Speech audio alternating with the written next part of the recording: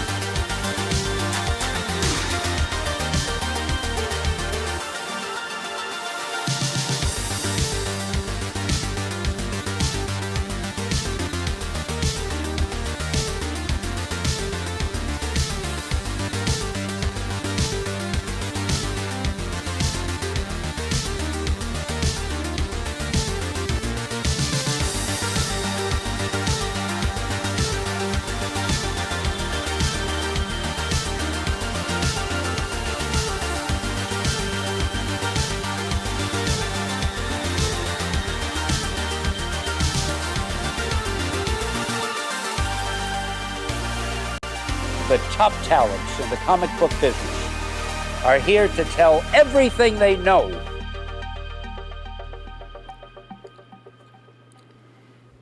Welcome, everybody, to another Tuesday night, another live Industry of Comic Books episode 14 on May 14th. You guys got to love that. There you go. Serendipity. Yeah, serendipity, synchronicity, whatever you want to call it. It likes to follow me. Which one is it? Is it serendipity or synchronicity? I think it's synchronicity. But okay. I'll take either. Because it's sync. Yeah. So, that being said, interesting show tonight, you guys. We have been talking a lot in the content creator sphere about comic book sales, dwindling, new comic sales, a lot of new comic books, the reading factor of them. Yeah, I was gonna say you just went total blurred there, Brian. It's not very great reading as much as it used to be. But what we don't talk about a lot is that from a retailer, an LCS standpoint. And if you guys haven't noticed, going into your LCSs in the past couple years, then you're one of the lucky ones. Your LCS has stuck strong with comics. Maybe you're not the lucky one. I don't know. We'll talk about that. We'll figure that out. But what I'm getting to is the fact that many comic book shops out there are selling things other than comics, and comics aren't their number one seller anymore for a lot of these comic shops.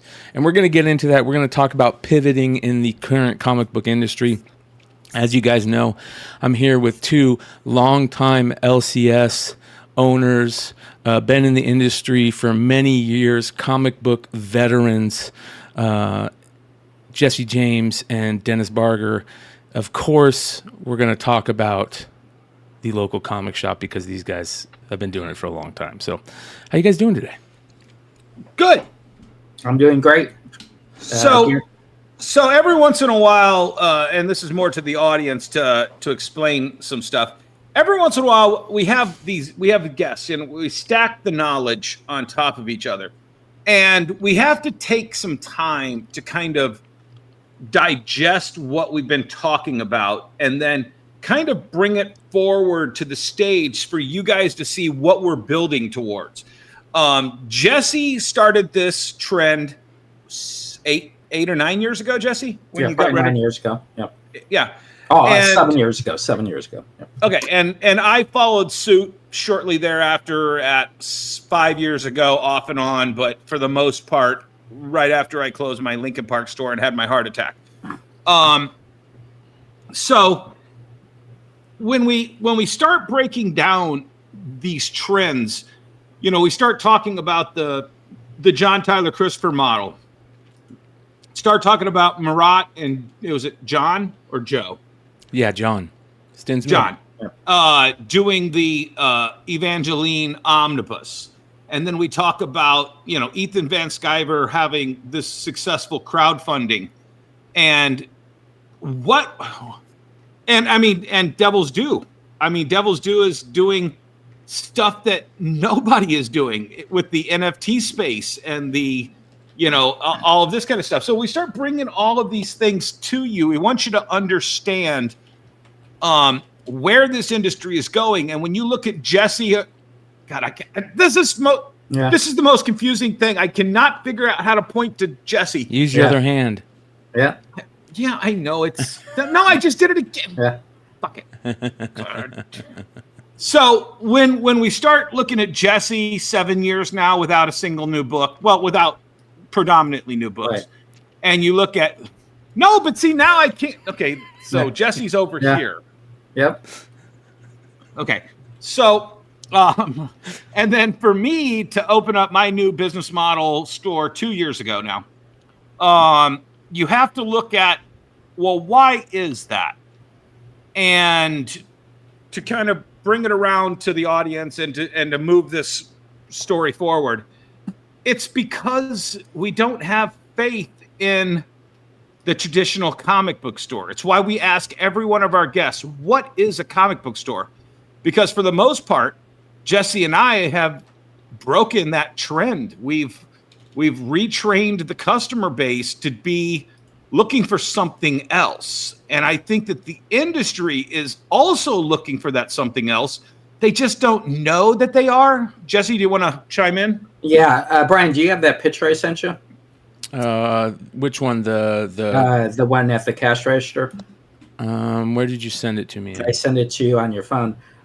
Send it to me on the in the Facebook one, because I can't I can't transfer things from my phone to the computer. Keep on talking, Dennis, because I have to start off with. Yeah. So so what we're trying to basically get across is this industry is expanding, not just in a circular rate, but it's expanding outward in all of these different chunks, and the bubble that is the industry isn't catching up to those. How do I make money off of a successful JTC store exclusive? I either have to buy his exclusive to be a part of it. I have to do my own exclusive. So there's a lot of us. Cal with the $20 as always. Yeah, Thank you, Cal. Thank you. So, and then how do you become a part? Well, you service their past market. As they're moving forward into this other market, there's a lot of room for us retailers to capitalize on their past books. That's why I overorder on, JTC. That's why I also have my own JTC exclusives that I sell in my store. But there's ways to do that. And it's about, once again, I'll always quote Bruce Lee, be like water. You have to. What is the book you're ringing up there, by the way, Jesse? So the first book I ever sold was a Wonder Woman book. The whole point of this was at 12 years old, I was already managing a comic book store. So number one, it tells you the couple really didn't understand comics to have a 12-year-old, or business to have a 12-year-old running the store. But the first day they let me alone, they said, Jesse, sell stuff. They didn't say sell comics. They said sell stuff.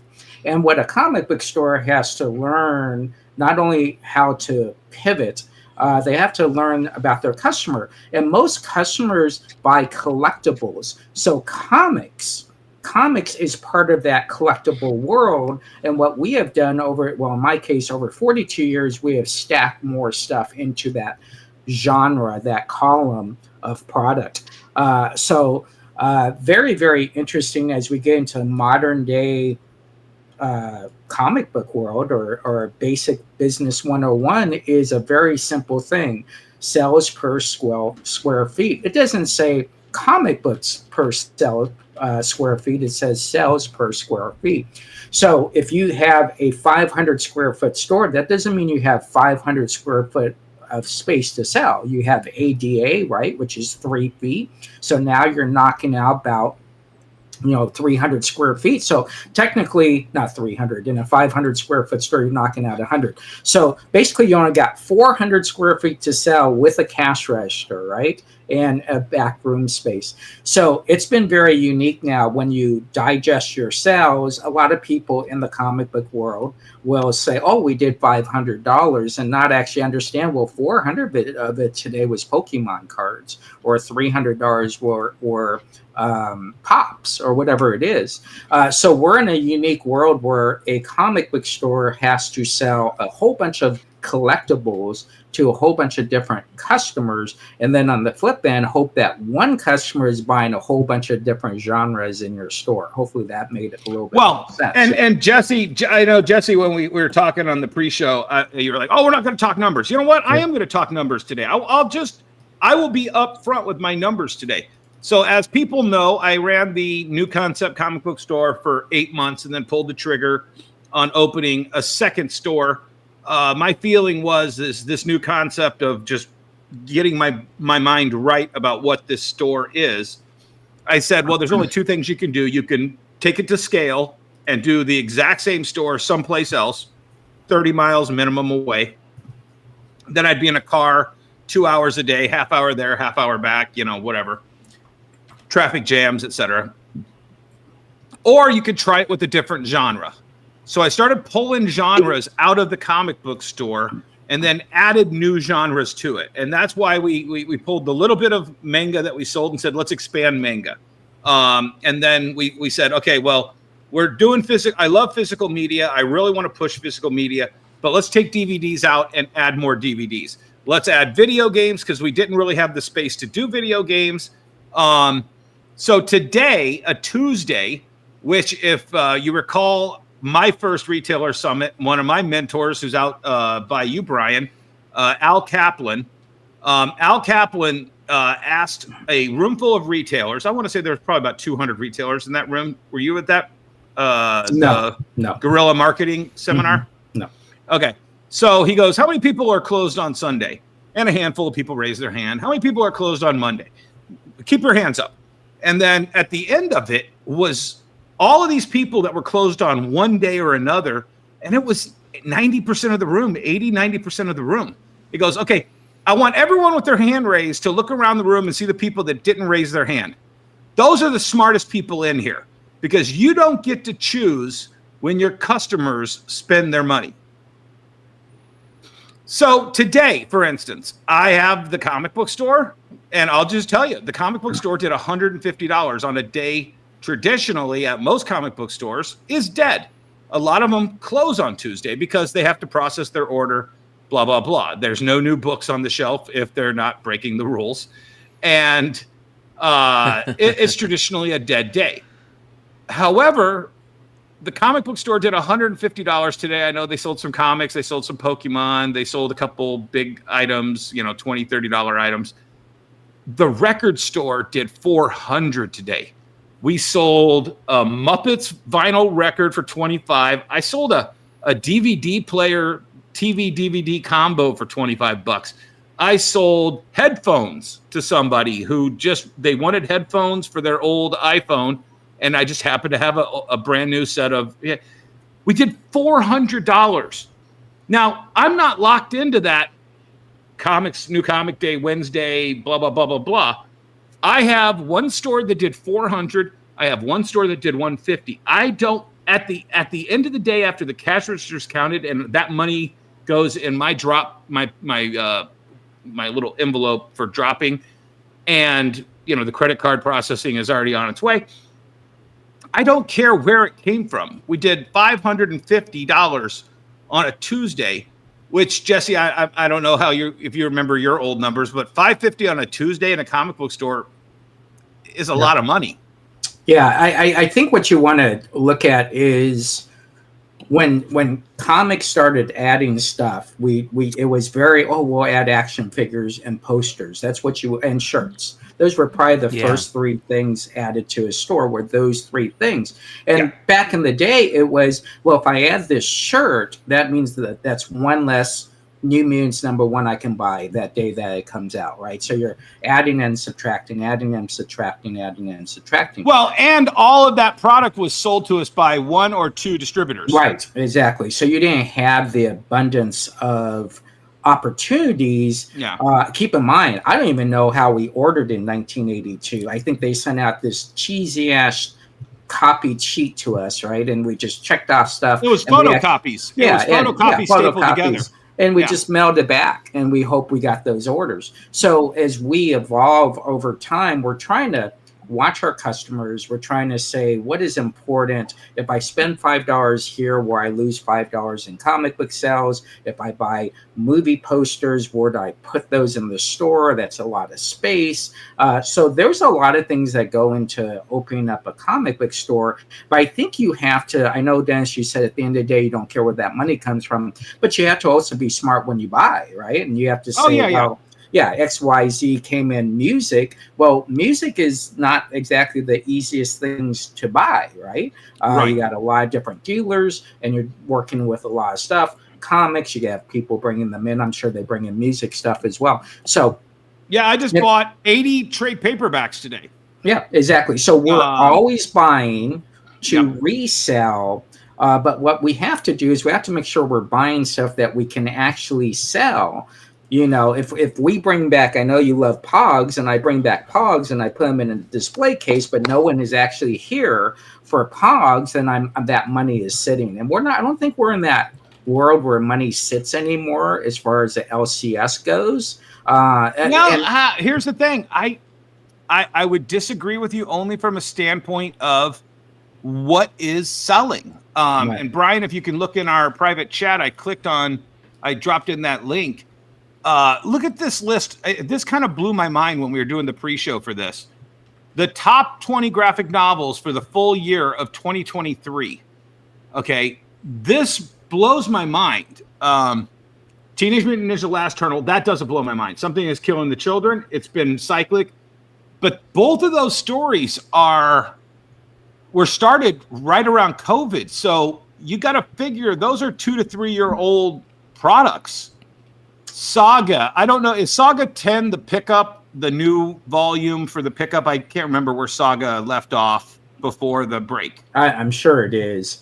There's a Saga 11 below. So Saga Volume 1. Oh, okay. You know. So it might be the volume before and the volume after. But then you look at 4 and 5. Chainsaw Man and Do a Power Bomb. I don't know what Night Fever is. Does anybody in the chat know what Night Fever is? No, it's by Image Comics. That might be right to a hardcover. But what's interesting about this is how this looked pre-COVID, right? Yeah, where it was just Image top 10. That's the crazy part is we have rerouted back to independence, rolling the world, rolling the shelves.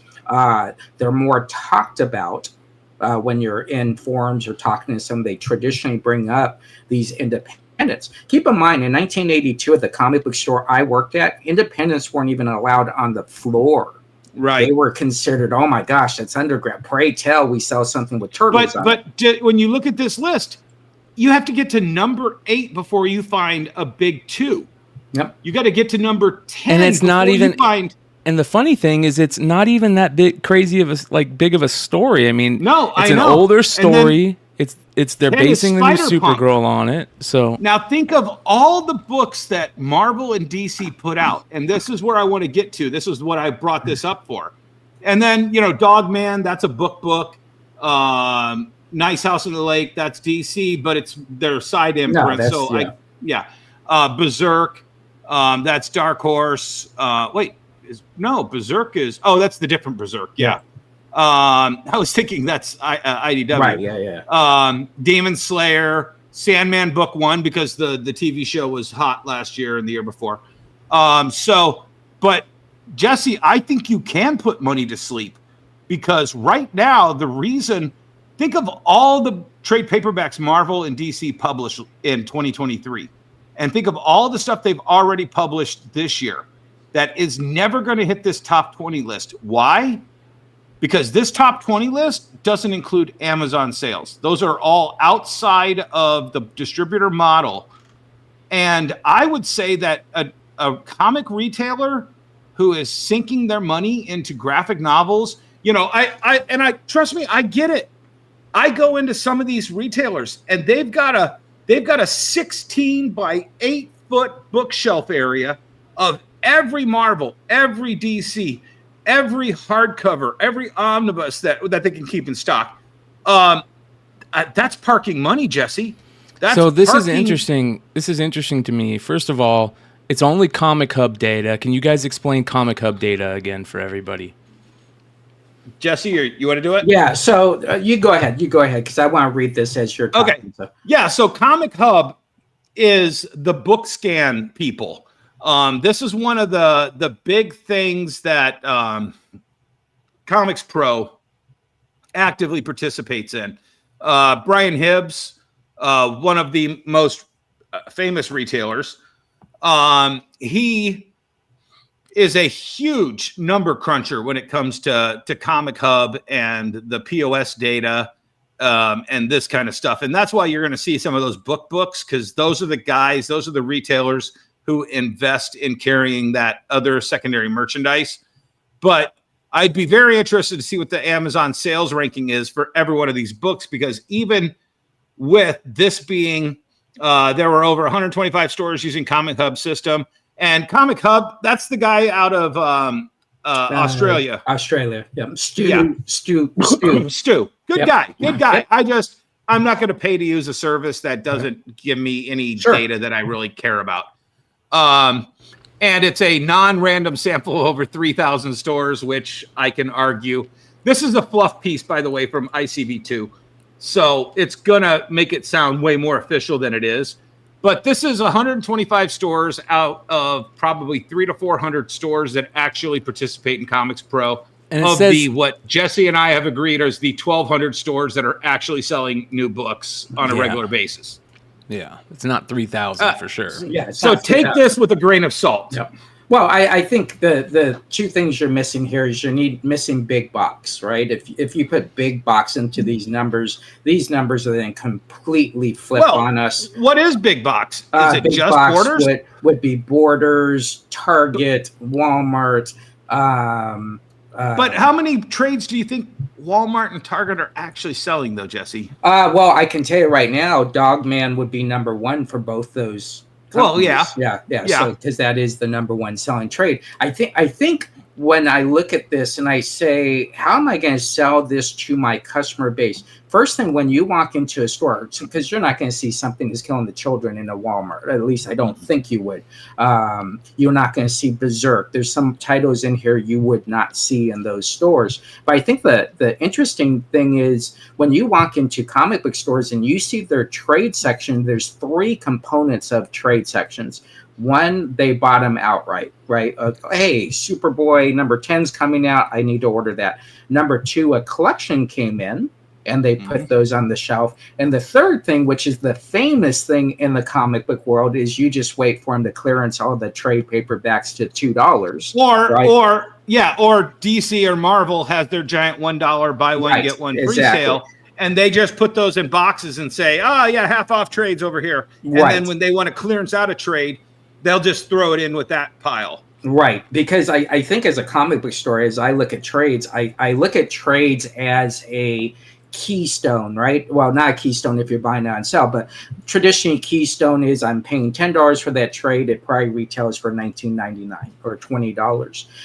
But I could buy a comic book for $1 and maybe sell it for $9, right? $10. Yeah. So trades are kind of for that customer who just doesn't want to wait, right? They're just like, nah, I'm sorry, is willing to wait for that 6-part series to go into trade. They want to read it all at once. And I used to do something that a lot of stores do. I used to call it the Insta Trade.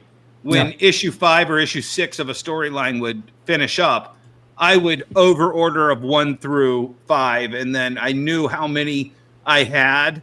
So when FOC for that 6th issue would show up, I'd be like, okay, well, we're selling 8 of this book. I've got 3 of 1. I've got 5 of 1, 3 of 2, 3 of 3, 3 of 4, 3 of 5.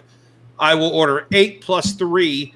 And when that book comes out, I will bundle 1 through 6 and put it in a magazine bag together and sell that as the trade paperback for the people who want to read that series between that 6-month window of when the book would come out. And that's just adding an extra SKU that you have the raw resources. You can leave those 6 issues sitting on the shelf, or in your 1 month or your 2 month cycle, you can strip the whole title and just leave 1 through 6 on the wall. Right. And it's a good selling point. Someone comes in and says, hey, I just started collecting comics. You really don't want to go to your shelf and say, oh, I got 1 through 3, or I got 1 and 3. You'll have to find it too. It's a great area to go in. Again, your margins are good. They can sit. Comic books, if you walk into stores, obviously they have overstock on their floors. You really don't have overstock of trade paperbacks on your floor. I think it's easier for someone new to not overwhelm them, right?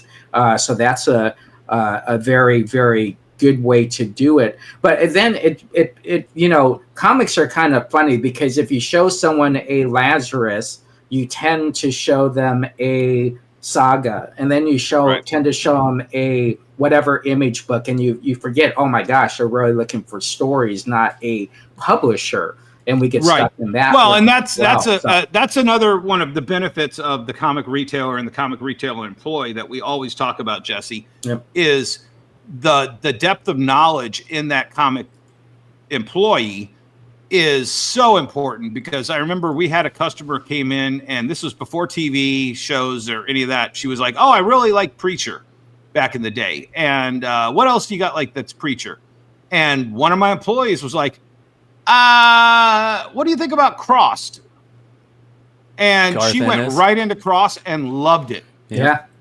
And then it was okay, now this girl's into some really weird shit. What else do we got? And then it was like, okay, well, here's Faust.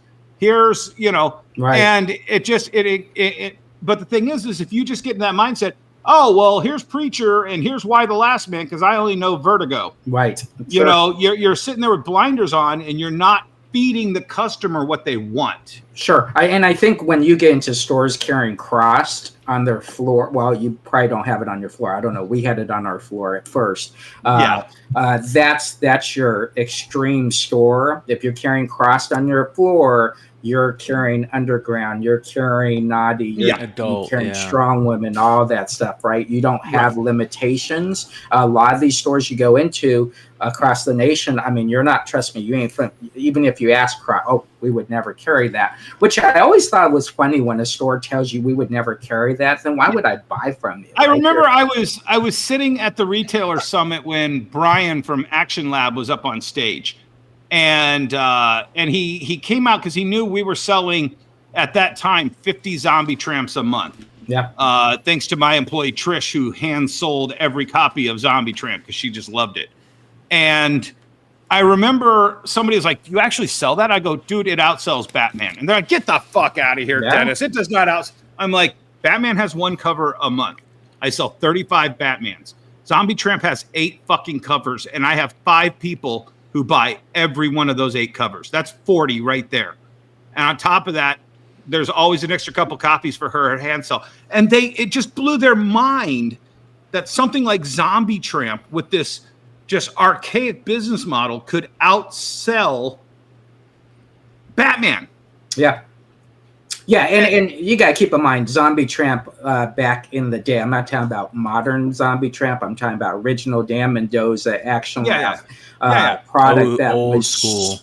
Yeah, that stuff was so wanted from buyers who were, again, I don't even know if people read the book, but again, I want to say Brian said that he was only in at the early peak before it really picked up. Sure. I think he said he was only in 200 stores. Yeah. Yeah. Oh, yeah. Crazy. Who's this? Dan Mendoza?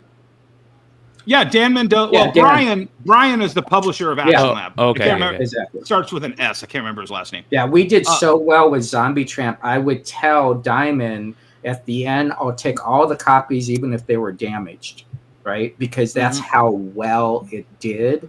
Yeah. We get these nuggets that come in every once in a while. Not the Walking Dead nugget, right? I think that was a little bit different. But these nuggets that come in that have such a cult of buyers that they'll hold their money for you to get all that product in and just take everything.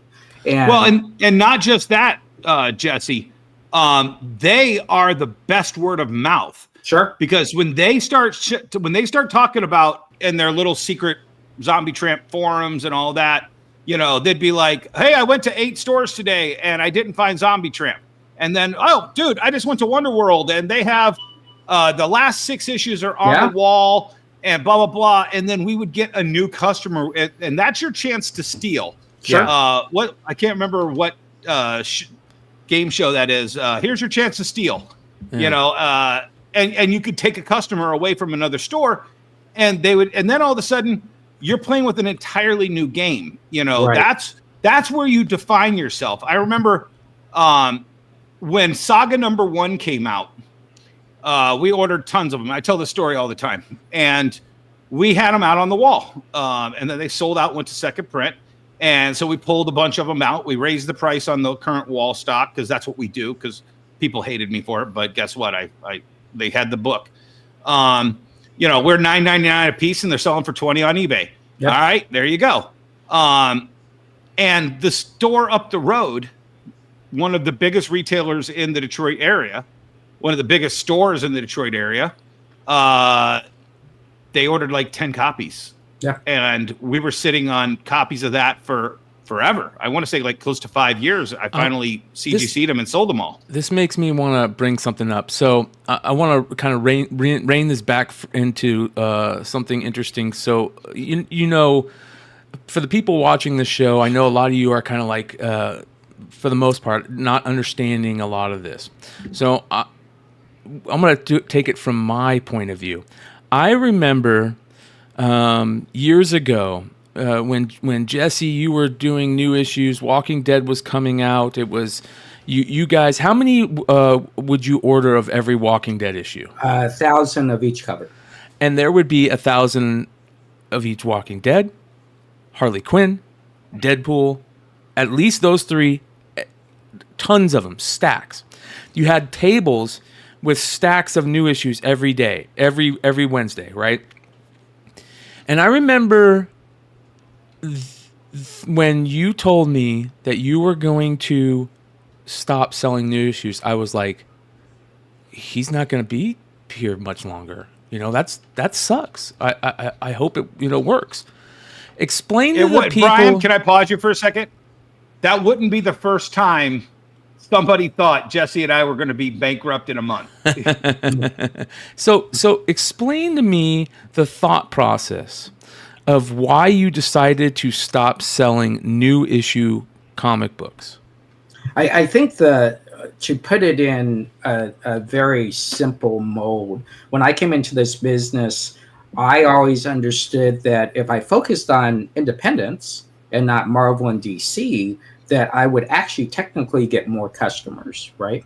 So at some point, as we grow our business, we had about 550 box holders. So to put that in perspective, an average store probably has anywhere from 100 to 200 box holders. So here we have 550 box holders every week that we're banking, we're prepaying, pre-ordering 2 months out this product.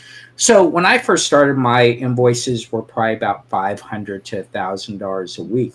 As I was getting towards this tail end, 2016, my invoices every week were $15,000 to $20,000 every week. Now, keep in mind, I'm doing exclusives in that and as well.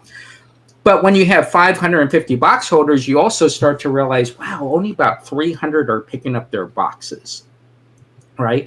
And the other thing, and I sometimes I hate talking about this because I love my customers, is they have their pull box, right? So you hand them their 20 books.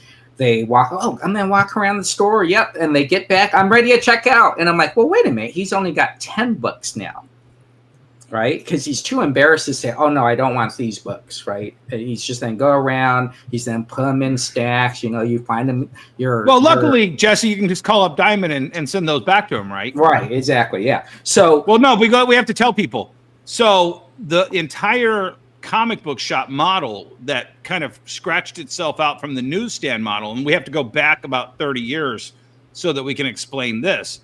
The people who were running these comic book stands were getting, the newsstand action, but they wanted to be actual comic book stores. So they actually built a system where they would buy them at 50 to 60% off of the cover price, but they could not return them. And that's why in the 70s, you see that little black bar going across the barcode. 79, 80, and 81 is when that happened. So, yeah. So at the end of the day, and that meant these are not returnable. Right. And those were the ones that got sent to comic book stores. Sure. That's why you have the color codes on the top.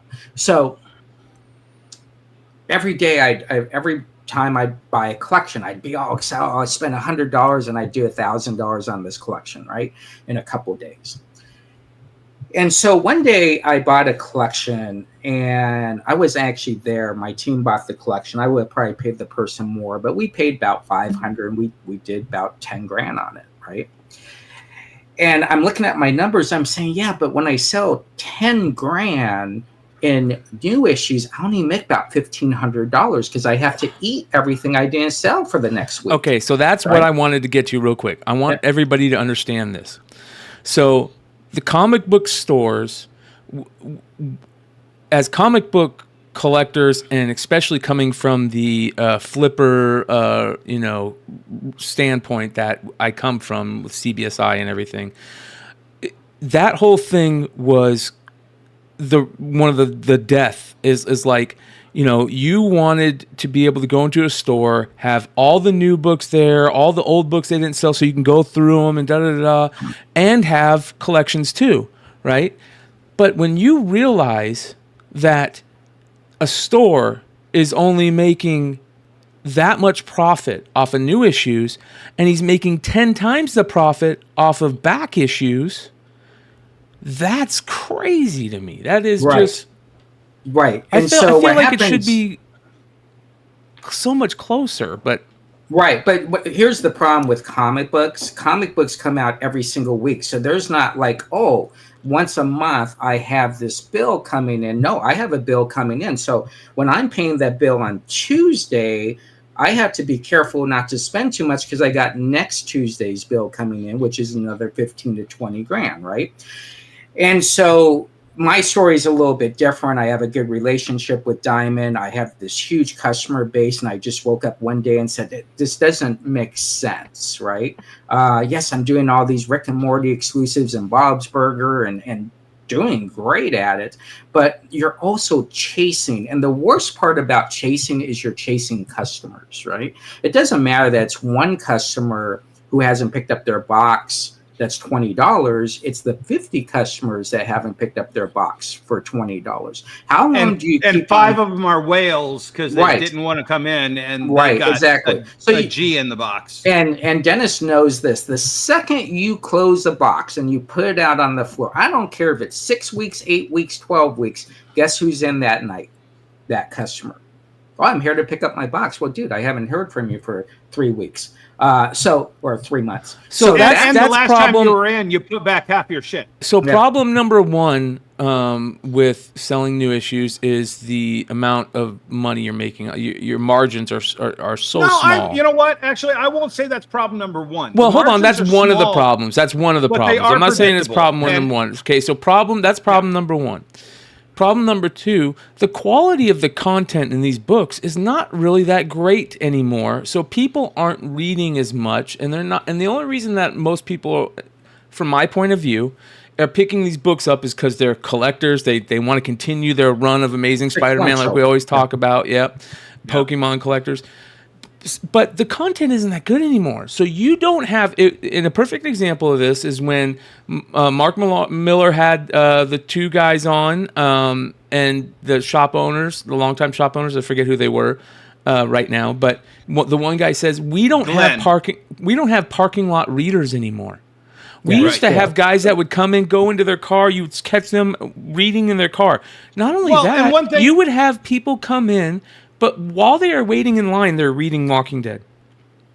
Right, sure. And here's the thing, that the big thing that changed in my 42 years of doing this is we saw less groups of people coming in. It used to be, hey, I'll meet you at the comic book store at Wednesday. We'll be there at 2 o'clock. You could actually take a timestamp and you could say, okay, from 12 to 1, Jeff, Jim, Steve, and Brian are then being 2 o'clock, and it's time work, right? People are off work, they're pissed off. They walk in that comic book store, they are in awesome mood. They're in their place. So I think there's some gravitation from that. I think storylines come into non-Marvel and DC customers because most Marvel and DC customers are sequential buyers, and there's a reason why they do Legacy.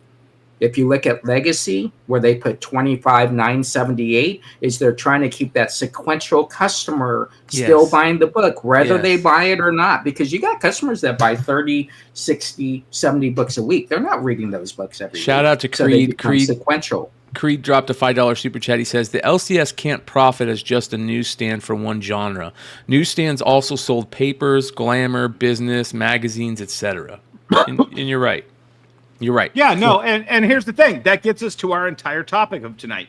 So we needed to set up the landscape of the comic book landscape. But, and I'll give a couple anecdotes. So when I opened my store 19 years ago, I had a very smart person come in, and this was a comics journalist.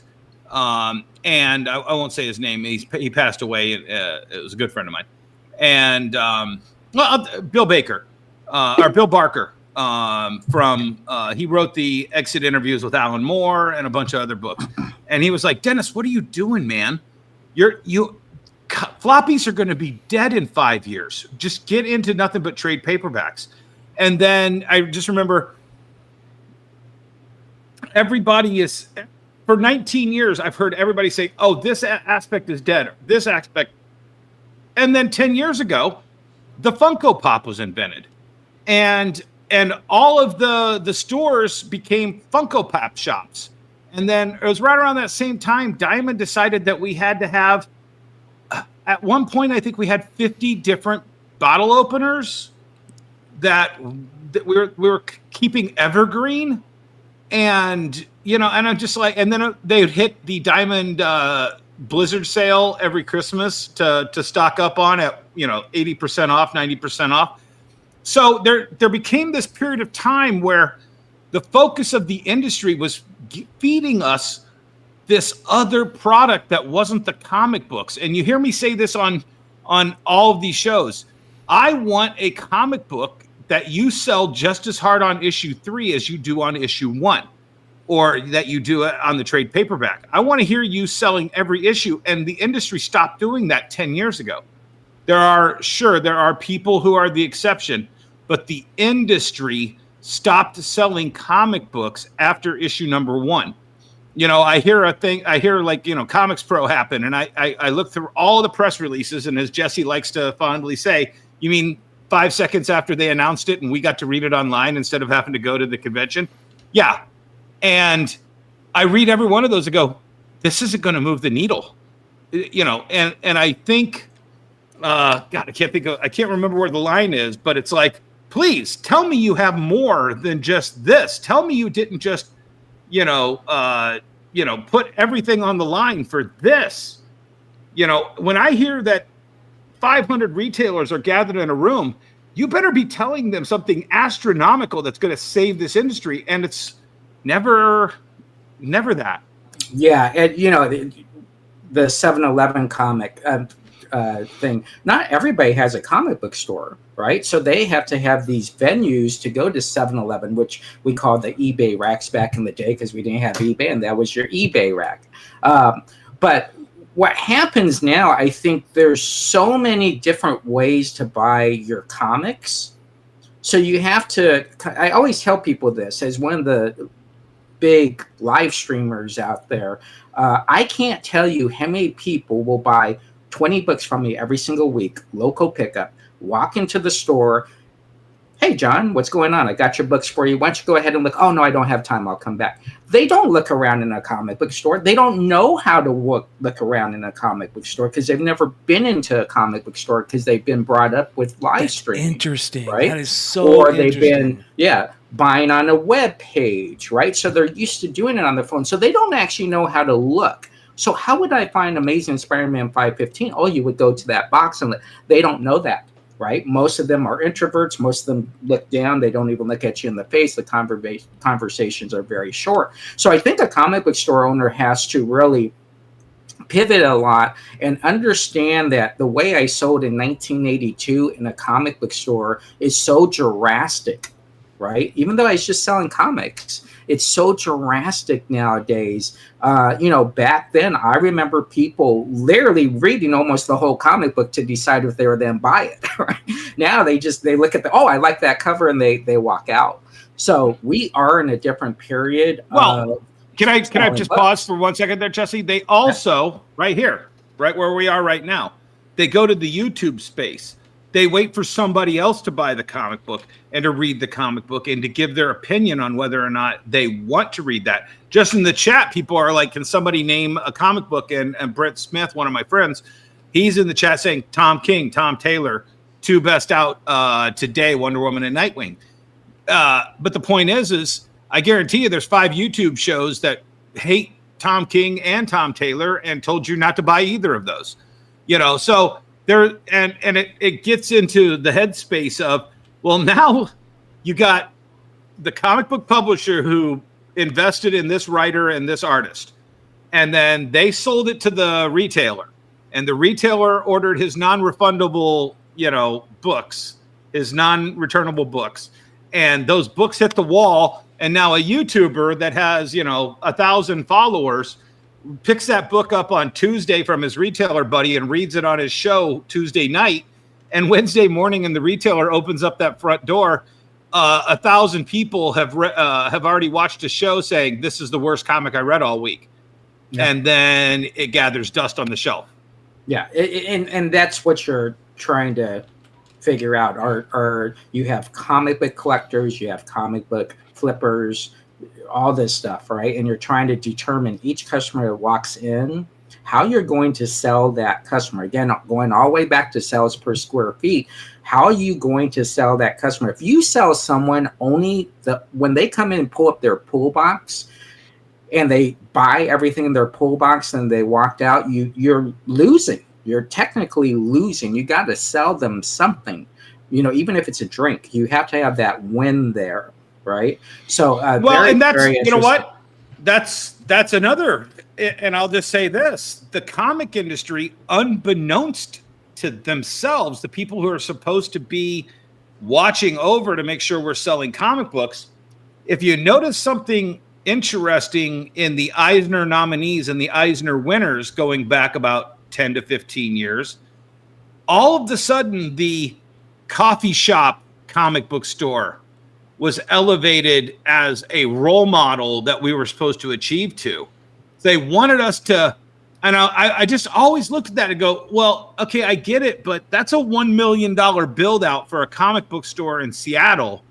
And that coffee machine they have back behind the counter is a $50,000 coffee machine to make espressos and all of that. And the mugs, and then back to our square footage argument, Jesse, every one of those little bistro tables with 2 chairs that you're supposed to sit and read comic books at, like you're sitting in the Friends coffee shop, that's all square footage, not making you money other than the $5 coffee or the $8 coffee behind the counter. Right. Yeah. But the industry wanted us to become that, Jesse, and that was so whatever the word is, antithetical to whatever. You know the word I'm talking about. And that's what they were putting up there as like, this is what we want to see more of. This is what wins Eisner Awards. This is what, and I'm just like, how about if I just sell comic books, guys? Yeah. Yeah, as you're talking to a 14-time loser for Eisner Awards here, I stopped following through after about Eisner Awards. I know, I get it, but again, everybody has to choose how they pivot, right? I have the largest comic book store arcade in the world, right? I have 80 machines in it. That takes up 4,000 square feet, right? Now that's 4,000 square feet that I would normally have on comics, but when I did crunch the numbers, average new pinball from Stern costs anywhere from $68,000. I only charge a quarter per game. And then $6 to $8,000 for a pinball machine. How much? $8,000. $6 to $8,000 for. Oh, you're buying the cheap ones, Jesse. Yeah. We don't buy the. Yeah, we don't buy the. They buy the deluxe Pro. $15,000. We never do that. Yeah, because we're buying ours for consumers to play them, and pinball machines traditionally aren't made for that. If you look at our bill at the end of the month for that section, it's crazy. $2,000-$3,000 to replace something, and the new ones you have to update every month. So you're putting in your little stick, updating it, and all that stuff. So that's the interesting thing. So here we go. We have comic shops now becoming these places where, more than ever, they are a smorgasbord of pop culture. They are not a comic shop. I don't know what we should call them anymore, because they're not just comic shops anymore, right? But here's the thing. Do we call a car wash even though it now also washes trucks and, it's still washing a car. Even though I just went to a car wash and there's 15 different add-ons you can have: tire, undercarriage, blah, blah, blah, blah, blah. They'll do your vacuum. They'll vacuum out your car. They'll detail your car, but it's still the umbrella is car wash. I just got my car washed today, so that's in my brain.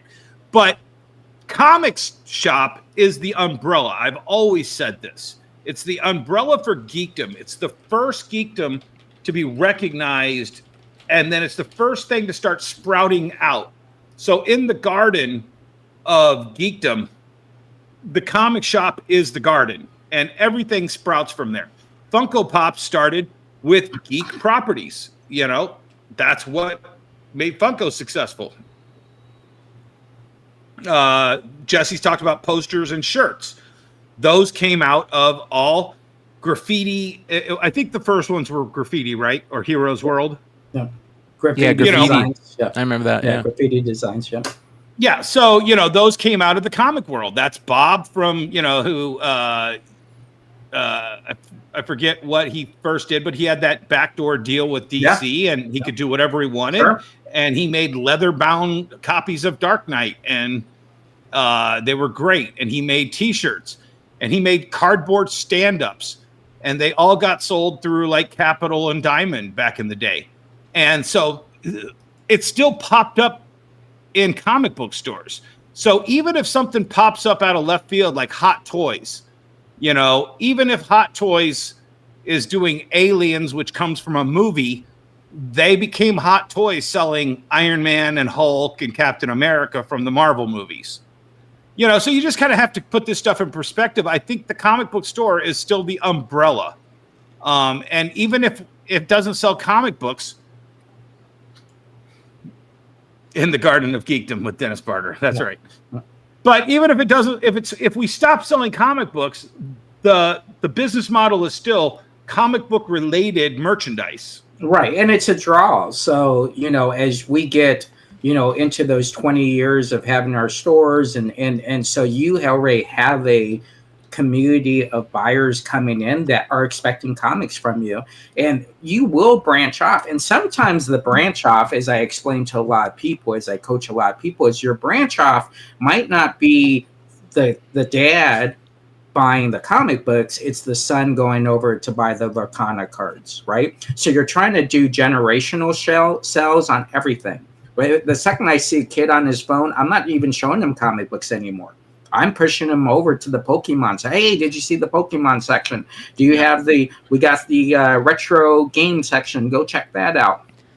Yep. So you got to diversify. And this is a great comment right here that Three Rivers Comics says. He goes, you need to look for gaps in the market that you can fill.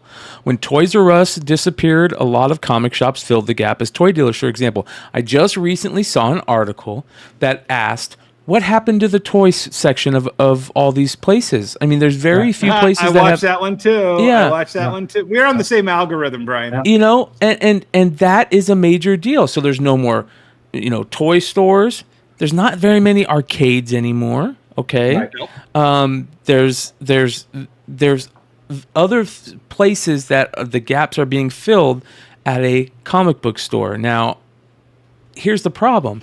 I see this all the time where we have guys on the internet that I respect. I love their content, and the constant talking point is, we want comic books. We're comic book fans. We want comic books. We want comic books. We want comic books. That's what you keep hearing, and I get that and I understand that. But these comic book stores aren't going to be able to survive just by selling comic books with the comic book that we have today. If you don't mind, I'm going to take about 5-10 minutes here and explain a concept that I flushed out about 5 years ago before COVID, and it just became more important. So if you know your history of record stores were the place you used to be able to buy a record at the place that sold you the record player.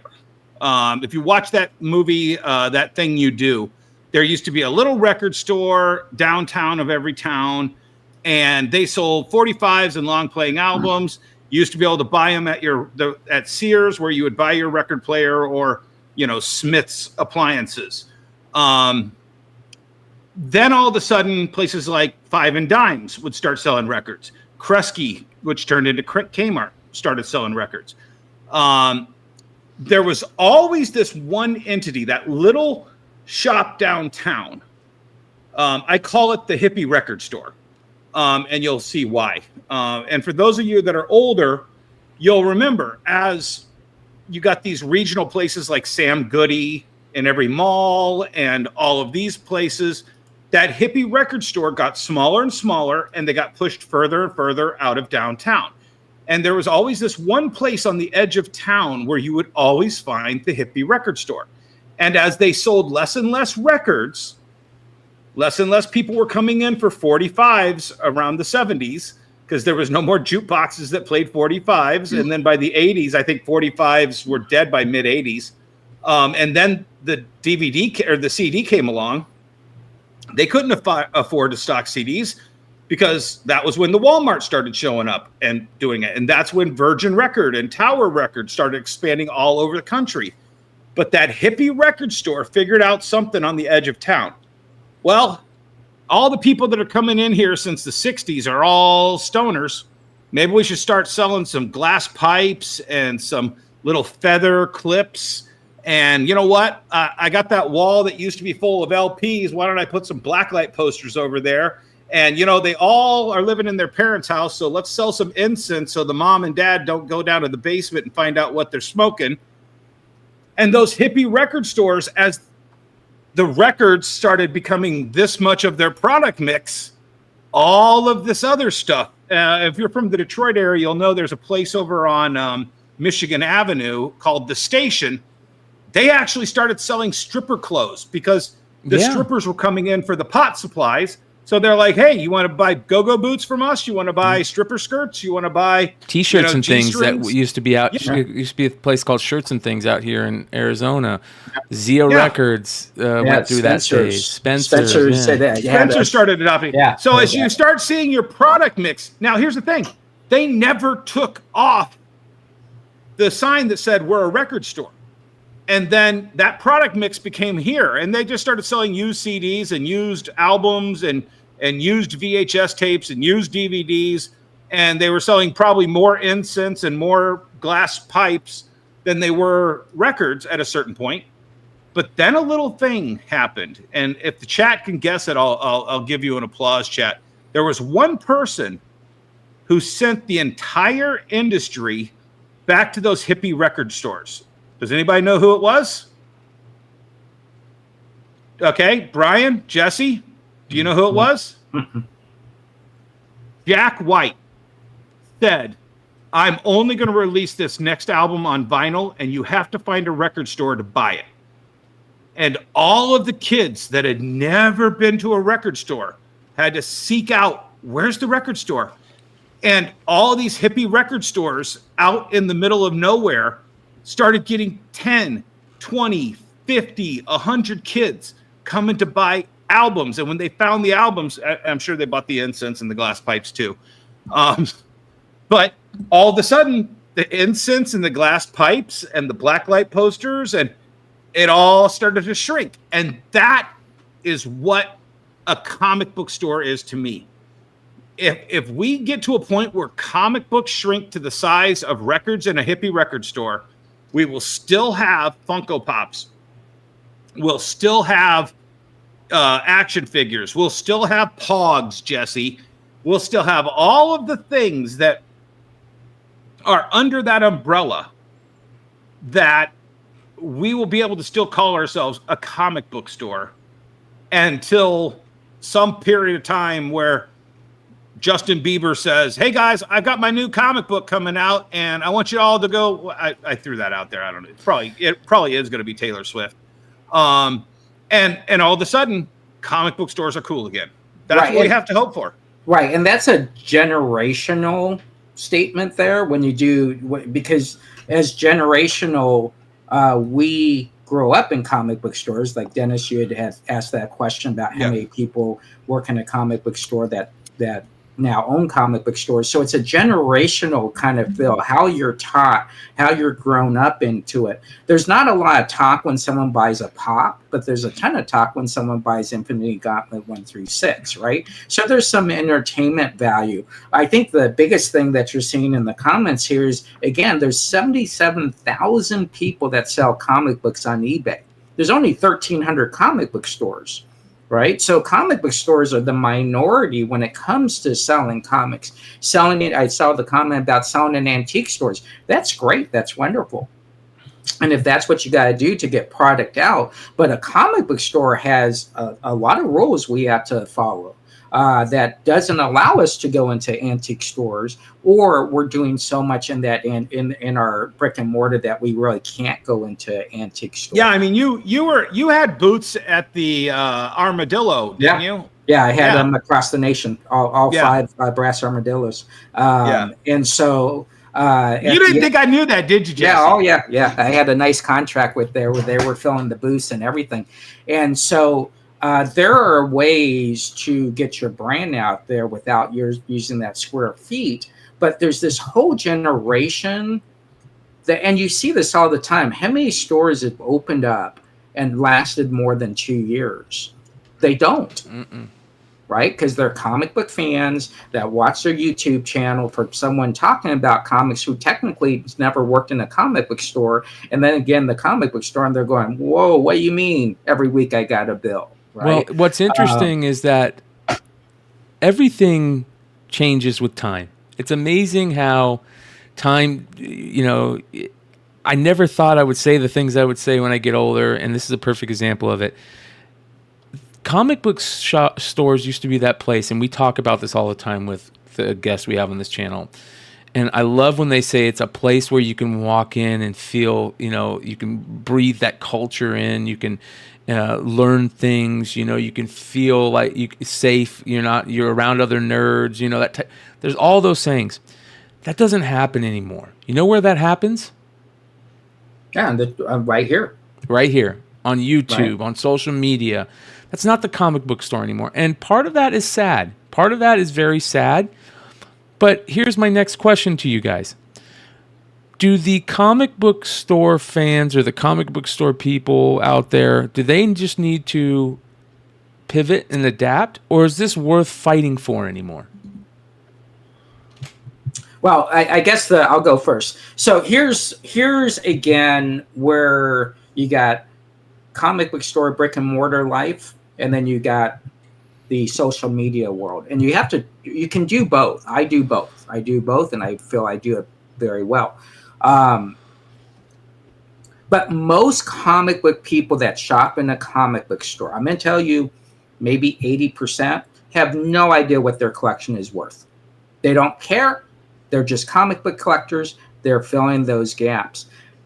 That 20% might know some information. Traditionally, those are the flippers that come in. Hey, I love this cover. Can I buy 5? Dude, it's okay if you're a flipper. I don't care, right? So we're in a different world where if you take your basic comic book base who doesn't care about what's going on in the news, they don't watch YouTube, they walk in, they get their comics, they're happy, they read their books, they're in next week, okay? That's your tradition. Jesse, put a number on that. Do you think that's probably 80%? I would say that's a high 80 to 85% in a traditional store. Now, a new store, someone who's what do they call them? Where you just put the slat walls up and you put some comics on it.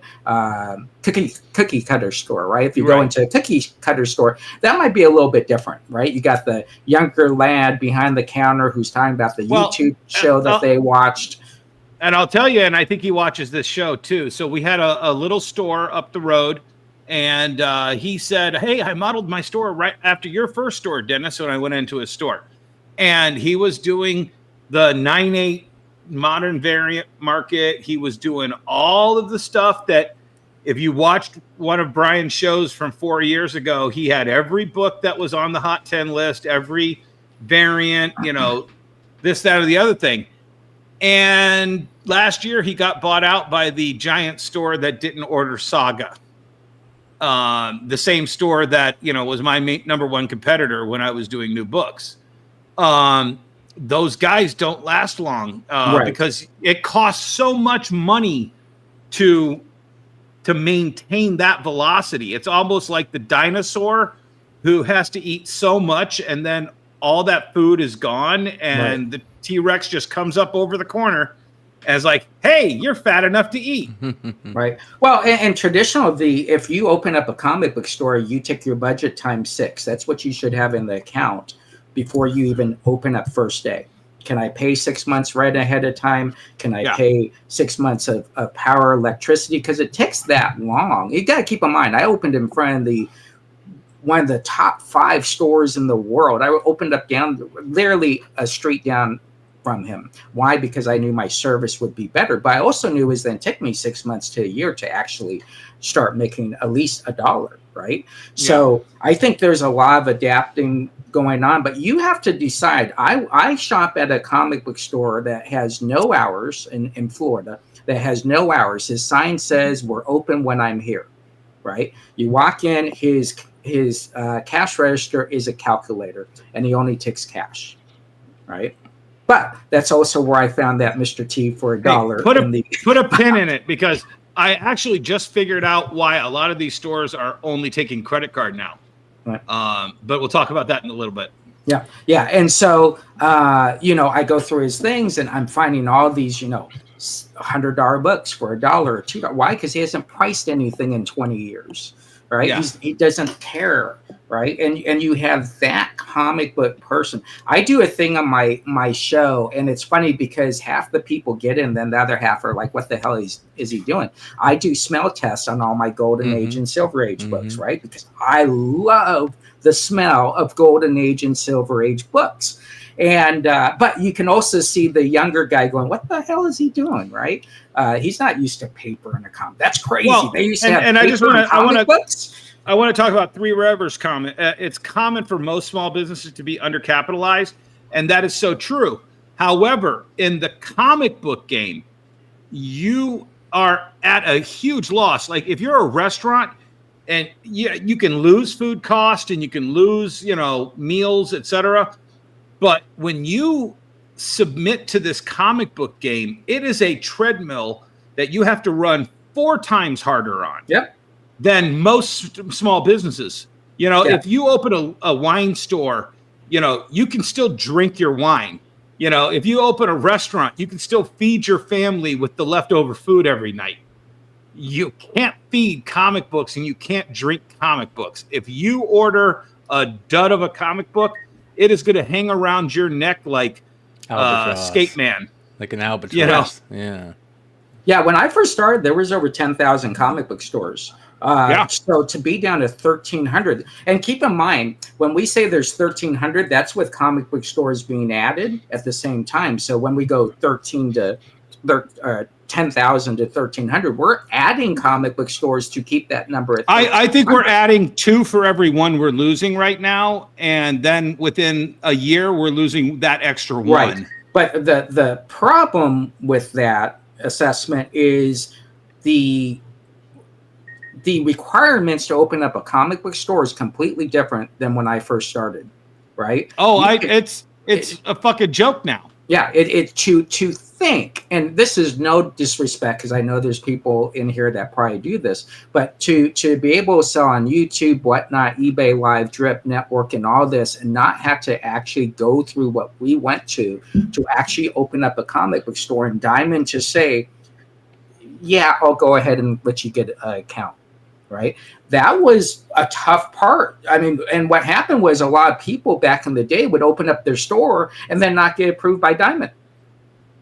And that's how hard it was. Now, I don't even think you need a business license. No. Technically to I think you do have to have a DBA now. But the DBA could be attached to your social security number rather than a state tax ID now. Right. Right. Is what I heard. Right. And so, but even John Tyler Christopher was talking about he had to get an LLC. He had to have a comic book. He had to create a comic book store in his name before he could order his first variant. Yeah, it's. But hold on, and it just occurred to me, and I completely forgot. Brian, what were you supposed to remind me first? Well, hey, I'm already on it. I want to take a break here, you guys. We're an hour and 15 minutes into the show. I want to say thank you to all 71 people that are hanging out with us right now.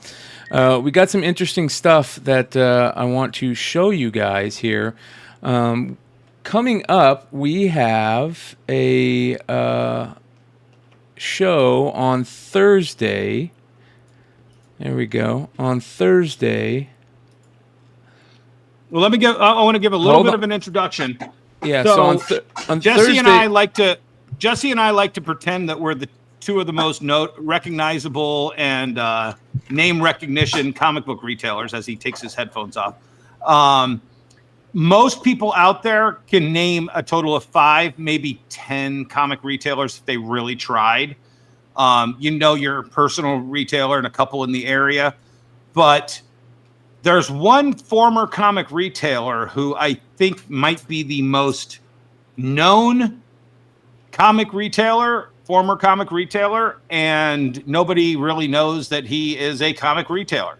And that's why I met him 2 years ago, and that's why I invited him to come on our show to talk about comic retailing rather than his usual topics.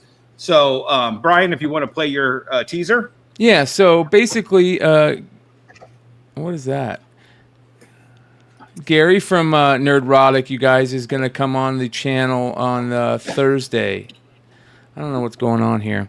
But I put out a little post about him on the shorts that I want to show these guys, and I want to see what they think about here real quick, because he brings up something very interesting. So I'm going to play this. Here we go. No longer profitable, and Let me start this.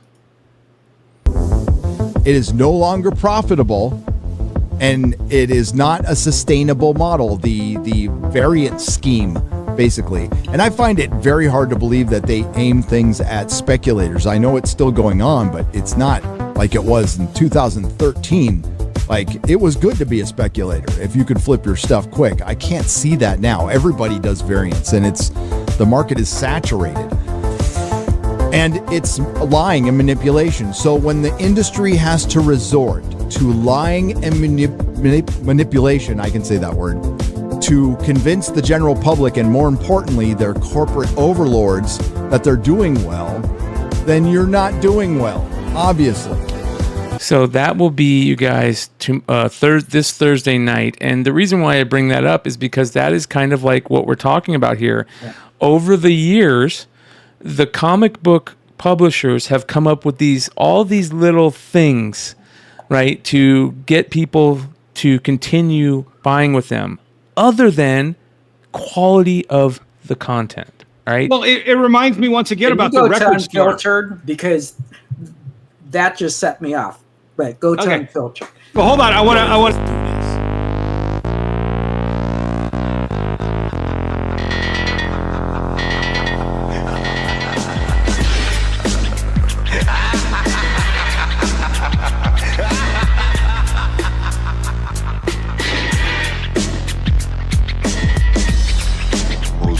Commodity I know of this information.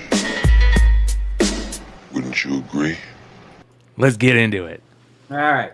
So first of all, if you're going to do a post and you then talk about a subject, variants are what publishers do. Exclusives are what comic book stores do. So and artists. Know the difference. So I just had to get that out. It drives me nuts when I see people. I don't care if he's got 1 or 1 million subscribers. That's immaterial.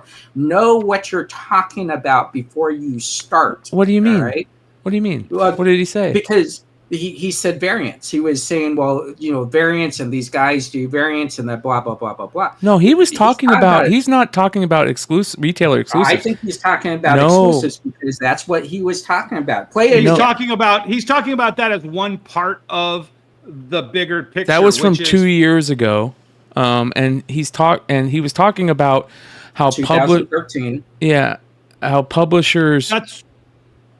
So he hasn't had a shop since 2013, right? So he doesn't deal with any of the exclusive game. He's talking about the original ratio variants, right? That's what he's talking about there. I don't think so. I don't. The 1 in 100. I'm going to take it as I heard it. So. Well, and then but I don't think he's 100% wrong. I mean, I think it was. Yeah, but Dennis, that's an. There was option. a Wolverine book. It's an option for someone to buy 1 in 25s. It's not forced, right? No. But when you have the one game, the 1 in 1,000 game for retailers, or for retailer variants for but you're the only person that bought 1 in 1,000s. Well, I know, but hey, but that's why I did a lot of my variants was to get those 1 in 1,000s, the 1 in 4,999 Venom, and all that kind of stuff. When you start seeing these manipulations of the game, and when they get all the stores on board and they run out of cover numbers, where it's like Wolverine variant A, B, C, D, E, F, G through Z, A, B, B, C. You're wrong. It does. Dennis, you're wrong. You know why they do A, B, C, D, E, F, G? Because you are the guy buying D, E, F, G. So they know they can sell more D, E, F, Gs. If we just but here's the buy thing. AMGs, I stopped doing it because I started to see exactly because where you got a lot smarter. of it. That's why you bought that 1 in 1,000 Daredevil that's probably still sitting in your safe, right? Which Daredevil? Remember the 1 in 1,000 that came out that you were bragging about, which you should have. Because I sold that. I sold it. Yeah, you sold it. I had the record high sale for a raw model. Yeah, and that book cost you $3,000. No, that was back when Marvel would do deals. And remember when I brought that up to JTC and he was like, "Yeah, they never did deals with me, and they don't do it anymore." Right? Because they would actually. If we were responsible buyers, there would be no DEFGs. But the problem is we continue to buy. It's like the guy that says, "Oh my gosh, comics are $4.99." What do? They keep on buying $4.99 books so that Marvel and DC can move it to $5.99. If we stop and we just be responsible, right? So my whole point, and listen, maybe I read it wrong and whatever, but at the end of the day, I would like to see shows understand the difference between a exclusive and a variant cover, because there's a big difference there. And when a guy buys, when a store buys a exclusive, they're making a big investment into this book, right? The numbers for exclusives, folks, now it has changed. I'm going to tell you, Brian knows this, Dennis knows this. Back in the day, I was doing 5 exclusives a week, right? And my exclusive bill every week was $8 to $10,000. Hey guys, we got a big shout out for the birthday boy in the chat, Nikki Barucci. Happy birthday to you. Happy birthday to you. Happy birthday, dear Nikki. Happy birthday to you. 55 double nickel. Congratulations. And what's funny about this, there you go. And what's funny about that is, Nick, since we're talking about this, you guys talk while I find this book. Well, we got a giveaway to give away. Nikki understands this better than anybody. Nikki used to create rare variants of 1 in 10,000s for Dynamic Forces. And there's some books now that I think he would probably beg to do a 10,000 book variant for. I mean, when you talk about print runs for variants on Thundercats, there was probably 500 print runs and 1,000 print runs on some of those variants. There's no 10,000 print run variants anymore. So here's what I'm talking about. Purgatory, Chaos. You know what cover this is? This is cover K. All right. So Nick, how did you get cover K in your system? That's what we want to know. How do you get this far up in exclusives? I'm sending them the link right now. Yeah, what demand tells you? He'll try to jump in. A, B, C. Oh, we can get to K. And how much does that help your business? And that's why I'm always wondering. I get exclusives, 20 people doing this, 5 people, whatever. But yeah, it gets up there in these exclusive counts. I sent him a link. Well, but that's the thing is though, and I was going to say this before you fired up Unfiltered. What he's talking about is also a game that was played in the 80s and the 90s, especially in the radio industry, radio and records.